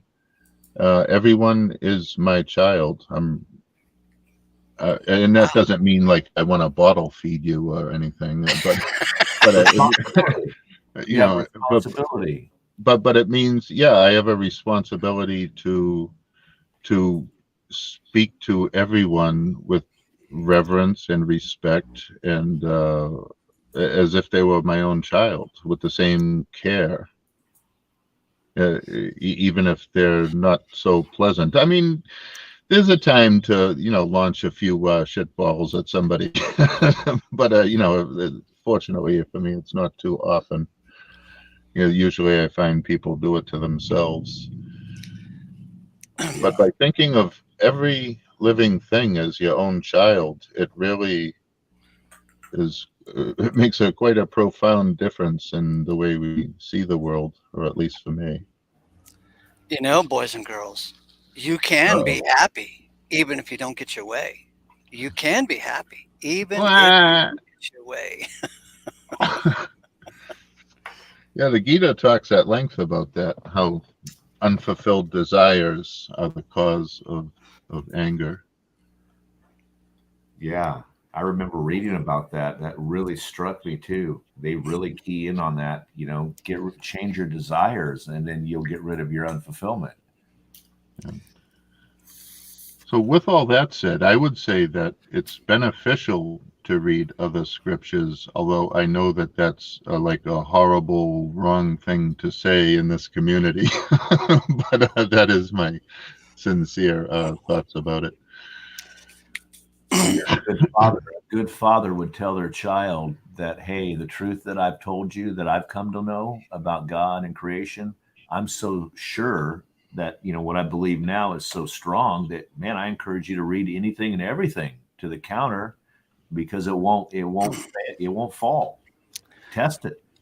So Krishna, I'll have you know that I even read stuff that I disagree with, like the Book of Revelation. I've read the Book of Revelation on this channel out loud twice, and I read out loud on this channel the Rime of the Ancient Mariner. There's some good stuff in the Rime of the Ancient Mariner. Absolutely. Yeah, I remember hearing it on the radio, AM radio, when I was a youngster. The Rhyme of the Ancient Mariner was on the AM radio? Yeah, they had some professional reading with the sound effects in the background and stuff. Oh, wow. I'm not going to claim to memorize it exactly, but it was pretty beautiful to hear it. So Wild Hearts PP posted something that maybe I should address. He says, oh, Ace recommended using free will to change the narrative. Yeah, I did suggest to that fellow, my neighbor, that he could change the story because it was the story that's giving you the emotion. And regarding the word free will, it's not in the Bible. So I acknowledge that humans have a will, but it's not free of influence or causality. And it just so happens that I was influencing that fellow's will, giving him the tools to know that he could change the story and thus change the emotion. And he could not do it of his own free will until until I gave him the tool to say, hey, go ahead and ask yourself this question. What are you telling yourself that's got you upset? So Wild Hearts PP, there's your smack. I have I've got empirical quantified evidence. I'll be right back. Hey, put him on speaker. Let's hear it. If it's George, Yeah, tell him I'm not here. I got to listen to that voicemail again. It's been a few months. I was going to say I have empirical evidence about this advice, and hearing it and thinking it was crap a little bit maybe. I was just like, yeah, you can't do that like that. But I have a no, yes, you can. It changes everything. What changes everything? Realizing that your reality is really just what you're creating in your head. Yeah. All of it. The way you see things. I mean, God has let me go through, this experience with two different mindsets completely. Mm-hmm. And boy, I'm telling you, if people, I don't know what in the world, I think that was monumental in my thought process. I was thinking about an episode of Star Trek, Picard's Star Trek, in which the general theme of this particular episode was they stole the general theme of Orwell's 1984, and so they had Picard in a prison, right? The Kardashians had him in a prison, Yeah. and they had 5 lights up, 5 blaring lights up there, and they said, "How many lights do you see?" And he says 5, and he says, "No, there are 4." And so the whole episode was just going back and forth, arguing, trying to tell Picard that there was only 4 lights when he could see 5, right? Yeah. And it went all the way through the whole hour-long thing of them trying to mindfuck him, and telling him there was only 4 lights.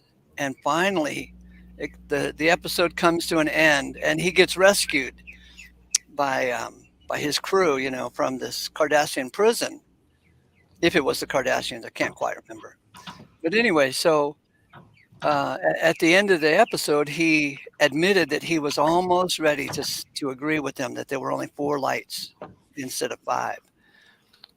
And I was thinking that, if Picard were wise right at the very beginning, and they said, "How many lights do you see?" And he says 5. And they said, "No, there are 4. And so he could, if he were wise, I'm suggesting that if he were wise, he could have said, "Well, you're 90% right. So yeah, there are 4 lights up there." Yeah. And he could have ended a lot of suffering just by agreeing with them that it was 4 lights. What the hell would a difference it would have made, Yeah. I'm just thinking, I don't know. But the episode was, I guess, trying to argue that some things are true, even if the deceivers try and gaslight you and tell you, no, there are only 4 lights. Well, 4 lights. Well, you're 90% right. I agree. There are 4 lights. That's true. That is technically true. There are 4 lights up there. Mm-hmm. You know, they've proven, I mean, it's lots of decades now of studying like death row inmates before and after the DNA evidence. You know, that's really telling about how many. And so they did a study on eyewitness accounts on all these men and women that went to prison based on an eyewitness account. And then the DNA testing came out, and they had petitioned because they said they're innocent. They lobbied for the DNA test. The DNA test comes back, and lo and behold, they're innocent on science. And they were convicted on eyewitness, on a recount told by another human being about what happened that they should go to prison for. And this can happen. And so now the court system it does not take this eyewitness account like it used to because of these studies. I mean, they've flat out proven that your brain is built to where it cannot and will not tolerate any gaps in a story. It can't function. It has to have a continuum, and they'll call that homeostasis. So they got a name for it, huh? Yeah, they have a name for it. So when you're watching something, even when you turn your head, well, whatever's happening is still happening. There's motion and movement, but you have a blank spot now. Well, your brain will not allow you to have a blank spot. It can't function that way. So it will fill in from whatever is around it to make sense of where that action left and picked up at. And so people, and they'll retell that, and they'll retell a totally phony, fake story, but believe it 100% because their brain.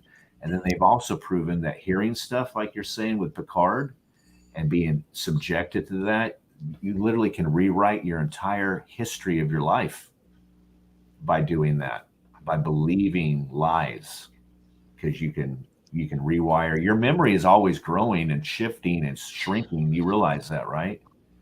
You're always having to recreate, to keep it alive. And as you quit forgetting about it, or you forget about it long enough, you're going to have less of a foundation to recreate from your experience what happened. So, yeah. In 1980, I read that book called 4 Arguments for the Elimination of Television. And one of his most clear arguments in that book is that that when they make a television show, they actually use what you just said. You see the guy going over the cliff, that's all you see. And then the camera cuts to him smacking down on the cement. But you don't see the whole length of it, So you would just assume that he fell all the way down and lost his life, But all you really saw was somebody going over the cliff and then somebody hitting the bottom, and your mind fills in the blanks. Usually not even hitting, just laying at the bottom. Right. Good point. And since if men produced the movie, then you know what sealed the deal with that scene, because it all comes down to money, money, money. They're like, hey, we don't have to film that. We don't have to buy anything. Good with me. That just saved us, what, $10,000? Because they don't have to film that. They let your brain fill in the gap. Otherwise, they'd have to spend money on a stuntman, car to smash up.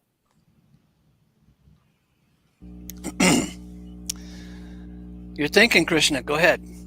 I can see those thoughts popping out. I was just thinking that, what an amazing understanding of psychology we have available to us nowadays. Of course, if we can pick between the wheat and the chaff of the bullshit and the actual valuable knowledge. I've got something for you, because I've been going through that.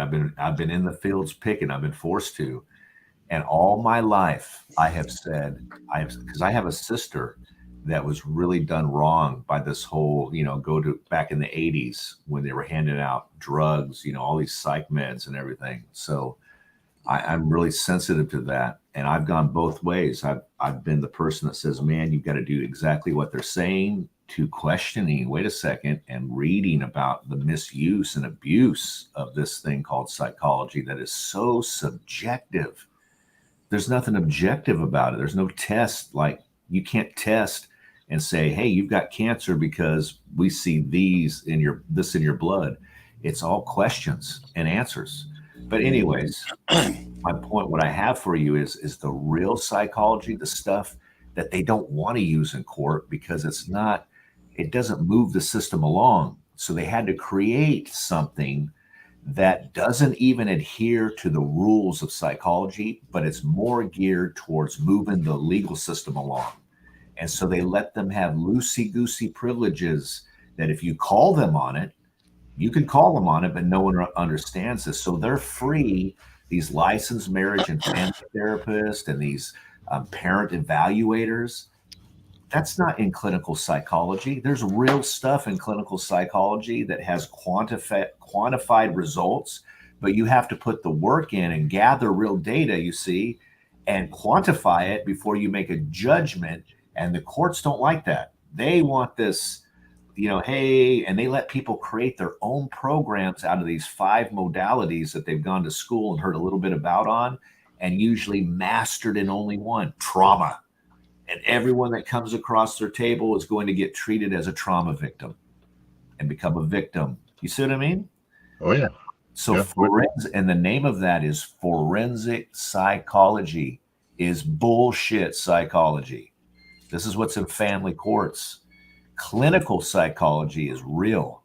That requires, we need to be able to repeat this, every single time. So clinical psychology is like a double-blind test study? Double, triple. I mean, they want it so quantified before it goes. They're very prideful about not getting mixed up in this forensic. They have such a disdain for this family court, this family law psychology called forensic, and all these counselors that are teaching, oh my God, they can't stand it. So clinical psychology is not prone to delve into the concepts of free will. No. They want hardcore math. They want statistics. They want to say, if you're going to tell me some bullshit that all men, when they walk in a room, 100 of them, and I put down an Oreo and a chocolate chip cookie side by side and tell them all don't eat any cookies, you're going to tell me that 80% of men in that room are going to pick up and eat that chocolate chip cookie? Well, we better be able to repeat the son of a bitch like 100 times. 89% of statistics are lies. Mm-hmm. Do you get it? Do you get it? Do you get the joke? I do. Yeah, they get this too. That's why they hate this, because the forensic psychology, there's no rules until you call them on it. Now, as soon as you call them on it, they start panicking, scrambling. They're like, oh my God, I have to have notes? Yeah. How did you come to this diagnosis? What's your treatment plan? That's what will happen, and it better be based on real quantified things that are in the book that have been, proven. We can repeat this behavior over and over and over with a group of men or a group of women.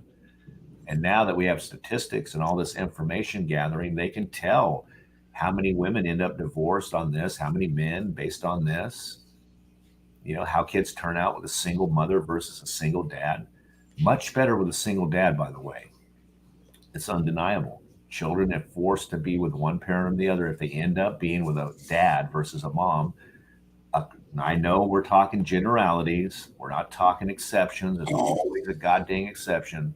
But in the generalities of statistics, children fare far better raised by their dad. They fare best if raised by both parents. Way back in the 80s, I remember reading one of the very first articles by a single dad and his experience being a single dad. And he said that at first he had all these lofty ambitions on how he was going to raise his kids, and move them along in life, and he was going to perfectly guide them. And he said he finally got down to the point where he caught one of his kids coloring on mom's driver's license. And the only thing he could say was, stay in the lines. Stay in the lines. Stay in the lines. I've come to understand religion, spirituality, whatever words we want to throw on it, as a psychology itself. Yeah. I believe Paul was a great psychologist. And I have on my shelf about 70 books on psychology. And so when I read Paul and then think about all the psychologists that I've read, all the psychology books I've read, I believe that they went to Paul and stole some of his ideas and called it their own psychology, you know? Yeah. Yeah. The book that saved my life before I ran into the what Paul said he shunned not to preach, and I sent it to my son. I still have it. Dang, I need to find this author's name. It's called Letting Go, and it's by I think he's a psychologist, but he did these experiments where he would actually map the way an audience, a group of people were feeling by a thought to what they actually ended up, having, in their hand. Like he'd put sugar packets or false, fake sugar in people's hands. They didn't know what it was and tell them to hold it. And the people that had the bad sugar packets or whatever, I know it sounds crazy, but he was measuring it, and they actually would have significant different results based on what they were believing. And he just talks about a lot of what Paul does about how we're creating all this madness ourselves. Oh, here it is. The Pathway to Surrender by David R. Hawkins. Yeah. Man, I must have read that book like 6-7 times. And that was when I was going through a separation that lasted like 2 years. I have 5 kids or 6 children, and I was whittled down to 6 hours a week with them, and went from a 30,000 plus pool store family business a month to living in my parents' craft room. A lot of pain there. Yeah, but see, now I'm in the same situation. And that different story, boy, had I not had this whole idea about a different story. And my dad's dying of Alzheimer's. My mom is fragile, frail, and she's in a house where my dad was in the process of fixing it up before he passed, before he got too old, before they both got too old. And now there's just no one to help her. Well, this is the room. This is the craft room that I'm in right now. And I lived in this damn thing, curled up in a ball with my family was everything to me. It was my purpose of living, and my relationship with my wife was everything. I couldn't even find a reason to live. And so this room stayed with bags and boxes everywhere. I mean, it was just terrible. But now I've told myself a different story. Look at this. I get the opportunity. Like, I remember my wife and I moving into a home. We moved like 19 times across the country doing business and all kinds of cool stuff.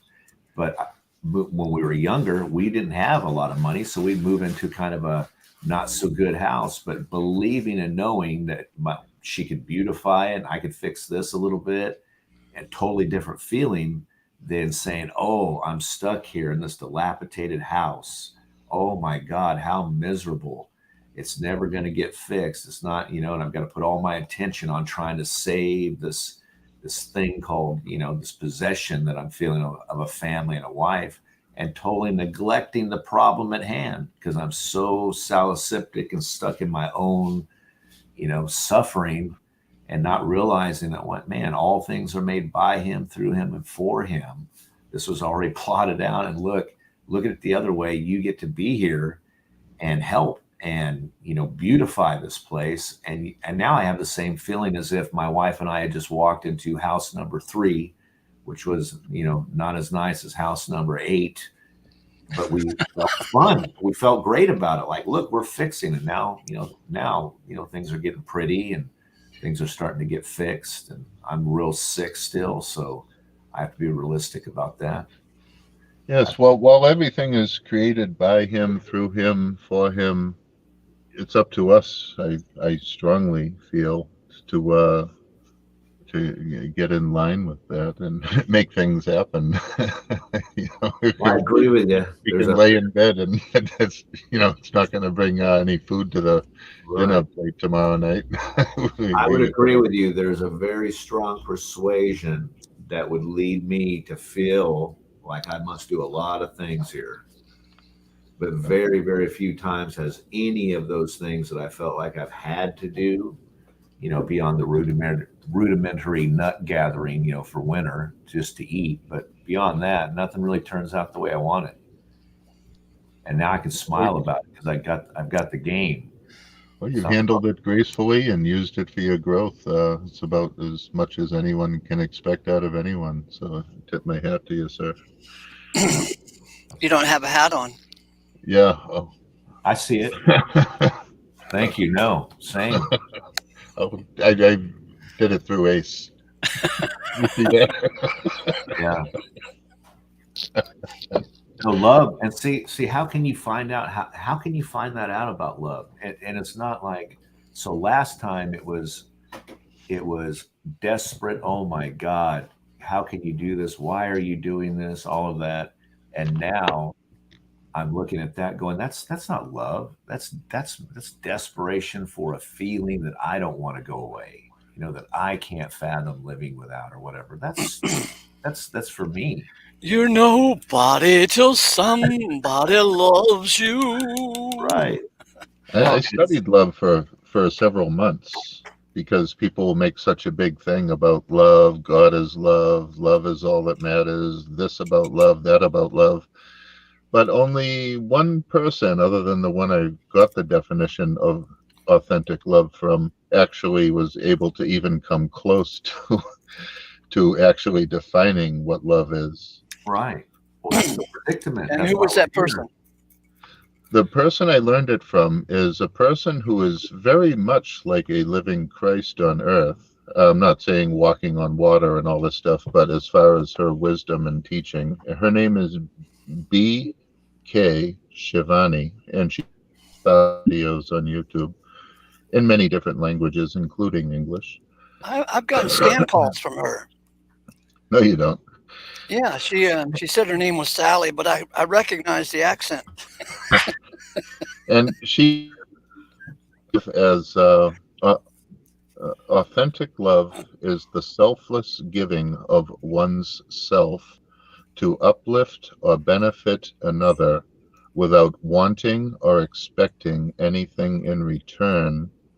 And such an action is its own reward. In other words, if I do something out of love for you, but you make a mess out of it, I've given authentic love to the best of my abilities, and I can feel good with myself that I've made my best effort, and perhaps the person receiving it that didn't take advantage of it just isn't ready for it or needs to mature some more or something. Yeah. But if we see everyone as our own children with that same kind of respect, reverence, it's a lot easier to love everyone. Even a blatant asshole who's angry and bitter and being nasty. It's like I can still see the God in them. I can still love them, and like my own kid, it's like, wow, you're acting real bad. You're only hurting yourself. You have a right to be wrong. Whoa. You mean the angry person? Yeah. That's a big mistake when we feel like we have the right to be angry and wrong, because I don't want to be around angry people. Right. It's hard to deal with, isn't it? Why should I subject other people to it? So my studies of all these religions have taught me I have no right to be angry. And do that because it's like making hell on earth for other people. That's not what I want to be. But now, do you ever find yourself? Well, you said you never find yourself failing and then saying, "All right, well, I blew it, no biggie." What do you mean failing? Like in what sense? Like getting angry and then realizing that was stupid. I shouldn't. And it doesn't even have to be it doesn't have to be a big display. just has to be the chemistry firing in your body, because once the gland lets that chemistry go, the decision's already been made. You're going to feel adrenaline. You're going to feel a certain pitocin. It's going to make you feel. Argh. So I'm saying those little moments. Do you have those little moments where you're like, I shouldn't have been. That was dumb. What used to maybe be an anger that would last for months, maybe is just like a angry moment or two. Yeah. You know, But it still invites itself to. It still comes and invites itself for a seat at your table, doesn't it? That anger. so Doesn't as you're living life, when people do things, doesn't anger always come up and try to invite itself in to have a seat at your table, and you find yourself. I mean, in my mind or in people around me? In your mind. No, I've no. Rare and fleeting, if any. Probably the worst would be to see someone hurting a poor animal, an innocent animal for nothing. I don't mean putting an animal down that's been hit by a car, but abusive kind of stuff. Yeah. So you're saying that it gets easier and easier and easier the longer you go with that understanding. Yep.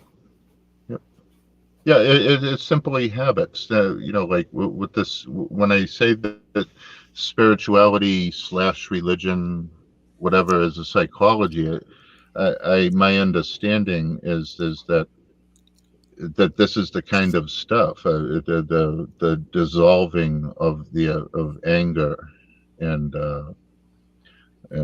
sexual starving and these other undesirable qualities like this.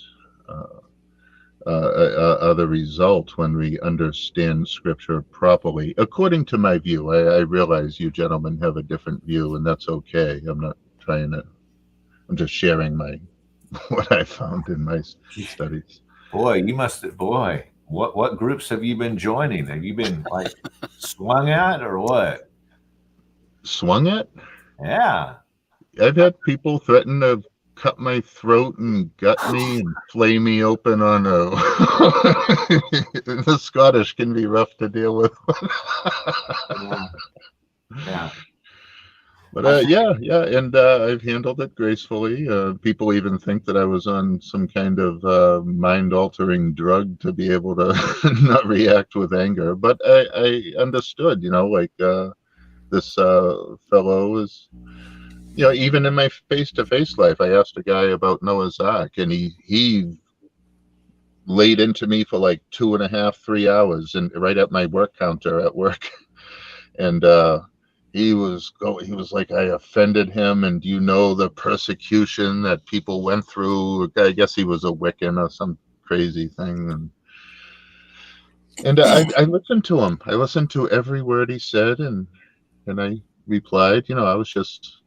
I wrote a poem, and I was asking you if you knew about the story of Noah to make a point to my Indian friend. I didn't have any mischievous, motives other than I was just making a point to my friend that everyone knows this story was flood. But he ended up being totally diffused, and I hope that he's feeling better now. But he didn't get me angry. I was getting a bit lengthy and long, but finally the store closed and he went on his way, and I told my friend, don't worry about it. Yeah. I don't think that so I think the big problem is that it's same thing with me. I had never heard this message. I'd heard the Christian message, and I kept combining the Christian message with pieces of this, but I still had pieces of that Christian message. And that Christian message is nothing unique. It's just another type of religion. A lot of religions will lend itself to control, especially when you introduce rules and consequences. And it creates a caste system. It creates a ladder now that people are striving. It creates shepherds at a pulpit and sheep giving money. And so it's very hard to get out of that. And when you read when you really realize that, oh my God, I've been reading these popular scriptures where they favor translation when they could have transliteration. They could go right, and they do. They're not popular though. You've heard of one, maybe. If you were a Christian, you would go, yeah, I've seen this in the bookstore right in my church. The Young's Literal, which those versions, and there's more than Young's, they will take the Greek and find, not try to figure out, but find an English word first that it's its equivalent. So Christianity loves the Latin Bibles, where they've taken a man's translation going from Greek, already a language we don't know because we're English, into Latin, another language we don't know, and then take that Latin and create English translations out of it. This is where you get hell and burning forever and all these horrific things. You'll never find this message coming from Paul in any of these translations. Never mentions hell. You'll never find a burning place explained in the Old Testament. You think God would tell Adam the whole deal, right? Nothing but the truth. Listen, and another reason, not only dying you shall be dying, but once you do die, your skin's going to be flailed off, and then we're going to have servants there that's going to glue it all back on, and we're going to flail it off again over and over, and that's never going to stop the rest of your existence. And I'm going to keep you alive. Good. You think that message would be there. It's not. All right. So what's happened is a perversion of the real scriptures, which is full of grace and mercy and love that never fails and has no ending and is not a doormat and is not mushy-gushy fondness, all right, and a gentleman. No, it's quite violent at times. It allows a baby to be born in blood and shit and urine and held upside down with an alien-looking life cord dangling from its body and, screaming and crying. My God, that does not sound like a Disneyland fairy tale to me. That sounds like hardcore life on purpose for an experience. And if you need evil and darkness to understand what love can cover, who's going to create this evil and darkness? There's only one subjector and one placer in our belief. And he's full of love and mercy. And he created the whole plan based on his love for his only son. It's all wrapped up in his love and his son loving his dad back. And we're on display. We're along for the ride. It's not about us.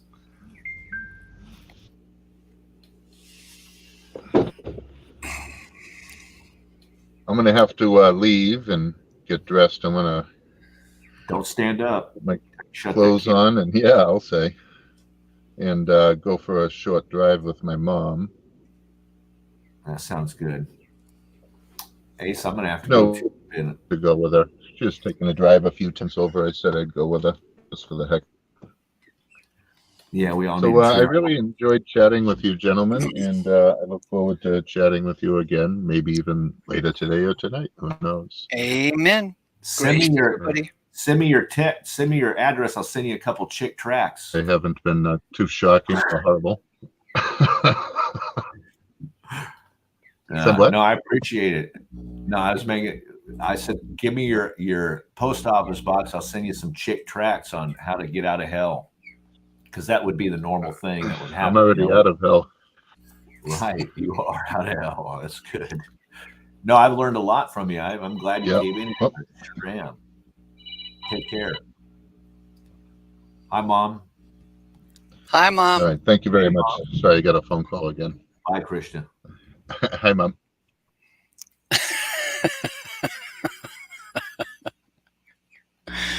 My mom's right here with her coffee. Howdy. She did all this decorating behind me. She's good. Sweet. I'm gonna get a these are the oil paintings we used to sell. But that doesn't have a frame yet. So there's some nice ornate frames. Are you gonna go back to selling them? I might. So those right there, that one was about with the frames. Gosh, I might. Because you still have a bunch of them left, right? I don't know. Who knows? There's a lot of stuff here, and yeah, most everything though is dusty, and you know it needs cleaning up and see what's still. Now we can see. Yeah, now we can see what's actually survived all these decades. Debauchery. That's funny. Debauchery is of God. Yeah. Man, I'm gonna have to go to the doctor, man. I think I have this stuff in my replaced hip. Hey, listen, don't go anywhere. I have to quit Firefox and then come back in, okay? One day I'm gonna make you a Chrome believer.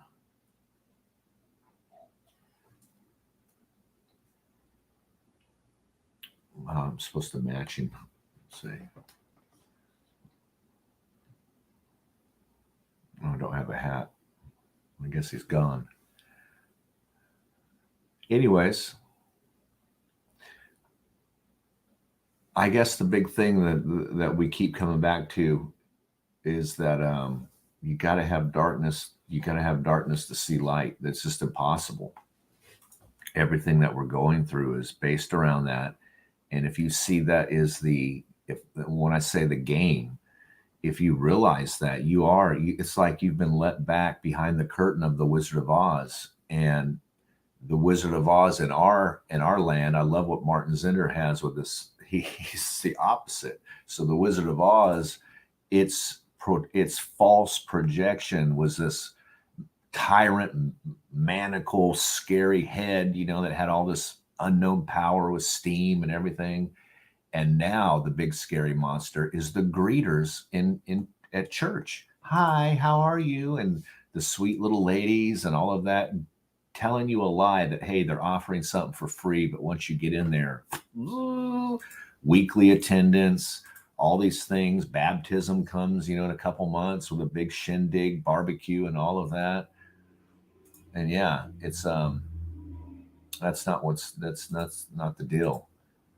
And so the real deal is like living life in between those weeks or those 7 days. Wednesdays, you throw Wednesday in, you can get a recharge and keep going the next 3 days. But real life is happening in between that. That's not matching up with them sermons. And you're seeing darkness. And I'm experiencing in my life probably the most evil things. And it's no one's fault. It's a plan. See, and that's the difference. If you don't see it like that, you're going to be upset. You're going to be bound up. You can't even love anyone because you can't make any decisions that aren't based on fear alone. And I think that's the big one. Like Sterling was saying, there's only fear and love. That's it. And anything you don't understand, you're just naturally afraid. You're afraid of it. We're human beings. And I didn't know Ace was going to be gone this long. So I'm just rambling. But I think I'm right. I think I'm right that it is everything that we're doing now with these relationships in between church and in between being on display. Hi, putting that show on. It's the real stuff going on that you don't have to put that fake show on, but you're not going to tell anyone how evil and dark your life is, because it's not supposed to be according to this Christian message. It's a big scam. It's a letdown immediately. But now, once you realize there's a purpose for everything, and there's a good outcome, and an outcome that can only be that's the key. You come to understand how it can only be this way. It's impossible to be any other way. And therefore, any type of reasoning, because you'll go through scriptures and man, the scriptures now jump out at you and confirm that it's true. This is the only way for love to be revealed. Like how big is love? He keeps saying it's this incredible thing. Well, you've got to have people treating you really, really, really bad and unjustly to even understand that. And then the people that are treating you bad and unjustly, Well, you can't really love them right beforehand if they're rotten people. So they've got to be believing a lie. And this is for all these conflicts. They got to be believing some untruth that is making them act this way or not give you something or whatever it is. And see, and that's going to keep happening over and over and over if there is an eternity. If we don't figure out what this love is and how to operate in it, it'll just keep repeating itself over and over and over. It's endless. That would be hell. Yeah. Let me see if there's any comments.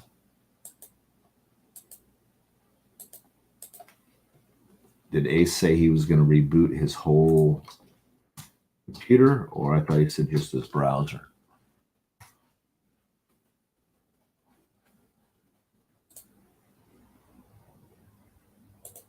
His browser.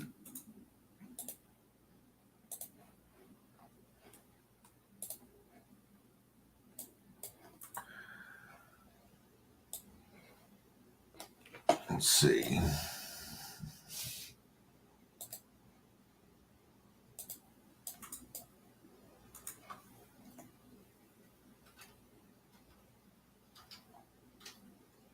Browser's just, hey, Wildheart, come on in here, man.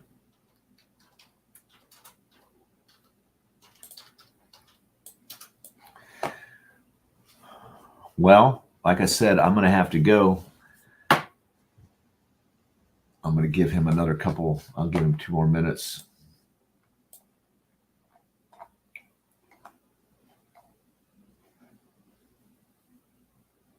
Norm, how come you're not in here? We need to talk about getting that room set up. Thanks, Krishna.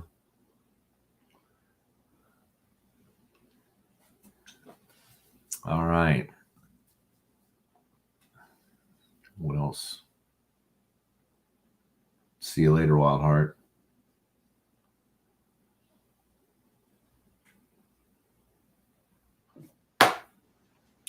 Well, Ace, I guess I'm going to end your show. While I'm talking, let's see if you come back in. So all I heard, or what I jumped in on, I know I was late, was I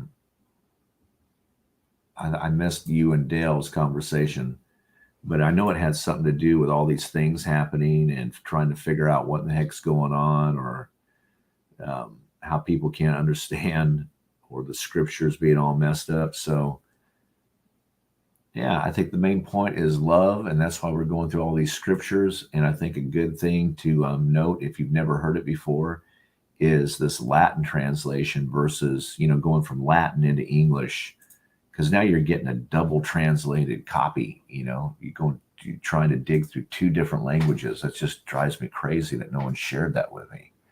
So you can get the translations like the Concordant Literal. You can get the Youngs. I think there's a Rotherham. There's a couple others that do that, and it won't traditionally read the same. Like, it won't have the same feel to you and give you that warm comfort, macaroni and cheese feeling, because you're going to have to get used to a different style of those words being transliterated often, especially if you read the Concordant. But if you go to a Bible school or to a scholar, they're not going to criticize that because it's coming right from the Greek. So that's it. Yeah, and then try to figure out this, if it doesn't make sense, how you can not hate people and not see them how you used to see them, even though they're doing evil to you. I mean, you've done evil to people, right? You've missed the mark. You've thought you were right and ended up hurting so many people. So you need to give at least, the very least, the same grace that you give yourself, and you give yourself tons as you give other people. And that's just a suggestion. See, that's different. Paul's message is shoulds, not demands, because he knows the only way you're going to be able to do that is not by your will alone, or not by your will at all. It's going to be if you're picked at this spot in the journey to have this happen now or a couple steps later. In the end, it's all going to be fixed and made right. And everyone lives happily ever after. It really is that. So that's it. Ace, I'm going to end the show. I tell you what, I'm going to leave this running just in case you get back because I can't end it. I just can leave it. Man, I just feel stuck. What to do? What's that? Can you recap your day in court in 2 real minutes? Ooh. Okay. Well, Norm, I did read that restraining order. And, remember I told you that whole website, it's not public, it's not launched. So a big part is creating the content before it's launched. And then a big part of that is going through all that content and picking out, what's not good. I don't want my family to be upset or, you know what I mean? So I have to be easy on that stuff, figure out what's for the public and private. And so I'm still at a toss up right now about whether I should read that. And the reason is it's so silly and stupid. I don't want to make any. Yeah. Oh, on what I did read. Okay, so everything here. So my family was very much interested in this, spouse and all of that. Even actually called Ace and asked for marriage counseling a week or 2 weeks before the restraining order came. And so Anna's been on the show talking and lots of comments and all of that. And so when it came time for the restraining order, then this became a cult. In other words, the ideas here, and a lot of that I think had to do with the Little Rascals Women Haters Club as well as, getting that confused or thinking that. But again, you got to remember these people that are doing this or whatever, and it happens to be my family members, they believe this and they believe it because of their upbringing. So these things would be crazy if it's not true, but totally would be some of the stuff you would do, if these things are true that they believe. So I don't know, God's going to have me do something. And right now I'm still in the same holding pattern until March 29th. And the last thing I found out is the list of witnesses, and I'm supposed to return my list. And that list, unfortunately, includes my daughters, which I don't like them having to testify. That doesn't set well with me.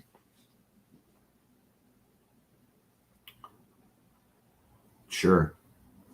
It's all right. Like I said, it's all, again, it's not a brainwashing of myself. It is, I recognize this is all God, and he is doing a lot of things that no one can see. And I know my family real intimately. And when I hear things, I can tell what God's having them, confront, just like he does with me. And I've learned things too through this whole thing that I've changed. I've recognized things that are not good and healthy. And so it's all working out for the good. And it'll be good. It's all going to end up. And I'm not talking, I believe it's going to end up good before death and all of that. It's good right now. I'm in a much better place than I've ever have been. I feel like I'm 20 years old again. In here. That's why I'm not looking at myself on that camera. But that's it. I guess Ace is down. So I'm going to sign us off. Grace and peace to y'all. Thank you all for listening to this stuff. And please leave comments. Man, Ace gets up and does this. And I know at times he's sometimes, there you go.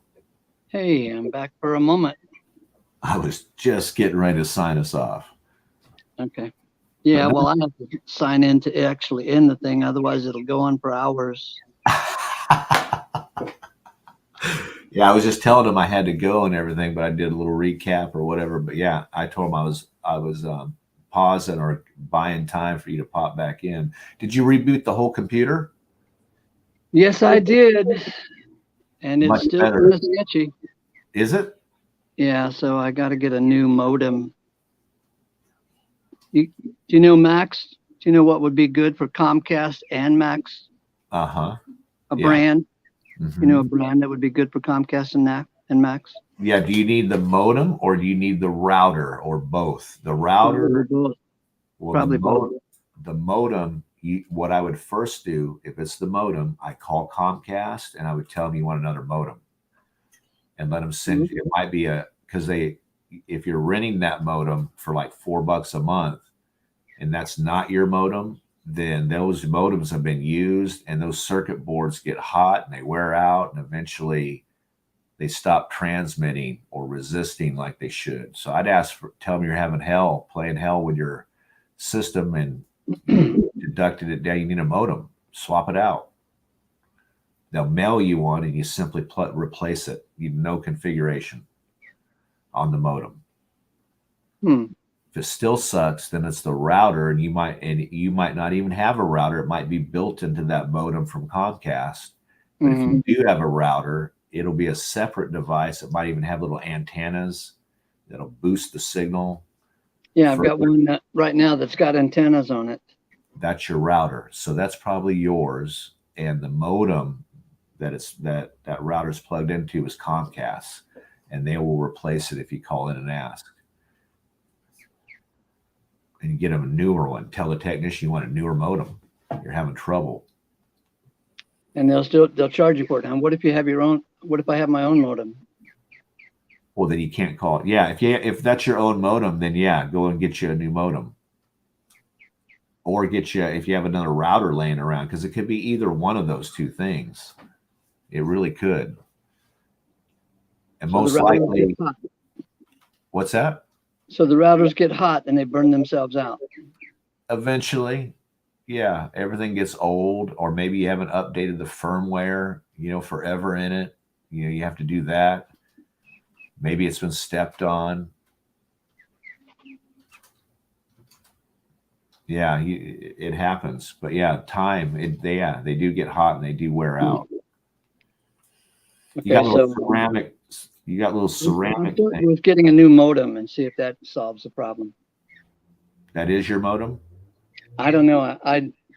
The modem was pretty old, and I replaced it with another old one, and the other old one, the replacement that I have in right now, is kind of, we got it used, and it's slow. Okay, yeah. So you do remember buying the modem, not the router. You do remember purchasing. The one with two little antennas on top? That's the router. Oh, so I replaced the router then. Yeah. So in that case, look at your bill. You'll have a charge on there if you didn't buy. Those modems are about $100 or so. And so if you don't remember, so the two little antennas, that's the router. Those are about $50 to $100. Okay. If you buy a typical one. A good one's about $150. And it is better. A router with a modem in one box? No, don't get that. That's what sometimes Comcast does, but it doesn't sound like they've done that, because you do remember buying that little antenna thing. So now they combined everything in one box, the router and the modem, and Comcast will send you out that. It doesn't sound like you have that. So what if I go buy it instead of paying $4 a month extra? What if I buy the two? The ROI on that, honestly, when you do the math, they're $200 for a good, or $150 for a good router. So you got 2 years, 3 years is the end of life. So you're kind of coming out the same. Oh yeah. Yeah. It might last longer than 3 years, but it's going to start, ending. Software is going to stop being written for it because there's new hardware technology that comes out. Then they come up with different protocol standards that they agree on. Now your router doesn't do that. That kind of stuff, Mm-hmm. You keep having to buy a damn computer every 3 to 5 years because they're better. And so the software makers go, oh, I could even do this now. And, now I can do this. And so the more horsepower, the more the software keeps getting crazier and crazier because it can do more. But it won't do more on your old 98 now. It won't run it. So, yeah. So it's a 3-year end of life for hardware in the business world. And then you recommend to your boss to start budgeting a swap out. So the little two antenna thing on it means it's a router.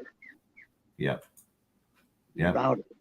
All right, so I'll try that to see. The modem, if it's Comcast, you'll actually see the cable wire, the analog coax cable wire screwed into the modem, not the router. The router only has the oversized phone cables, the Cat5 cables. All right. Thank you for your. Yeah, replace the modem if it's Comcast. Have them or sending you out. They'll just send you out a swap. You put the old one back in the package. They'll send you a return, and you literally just hook it up. And then I would say if you got a little dinky router with a 2 and it's old, it's the router. All right. Yeah. Get you a good router, and I'll make it to where your signal is prioritized. So when you're streaming, if Connor's watching a movie, the little signals will go to you first. He doesn't need to have real time. His Netflix or his whatever, YouTube is buffering.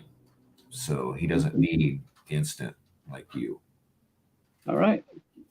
I'm out of here. See ya. I'll let you wind it up. Love you. Bye-bye. Thanks for joining us. Hope you got something out of this little episode. Like and share it, baby. And go ahead and resubscribe in case YouTube kicked you off of your subscription so you can know what we're doing. That is, if you're interested at all in exploring thoughts about God's purpose. Amen. Grace to you.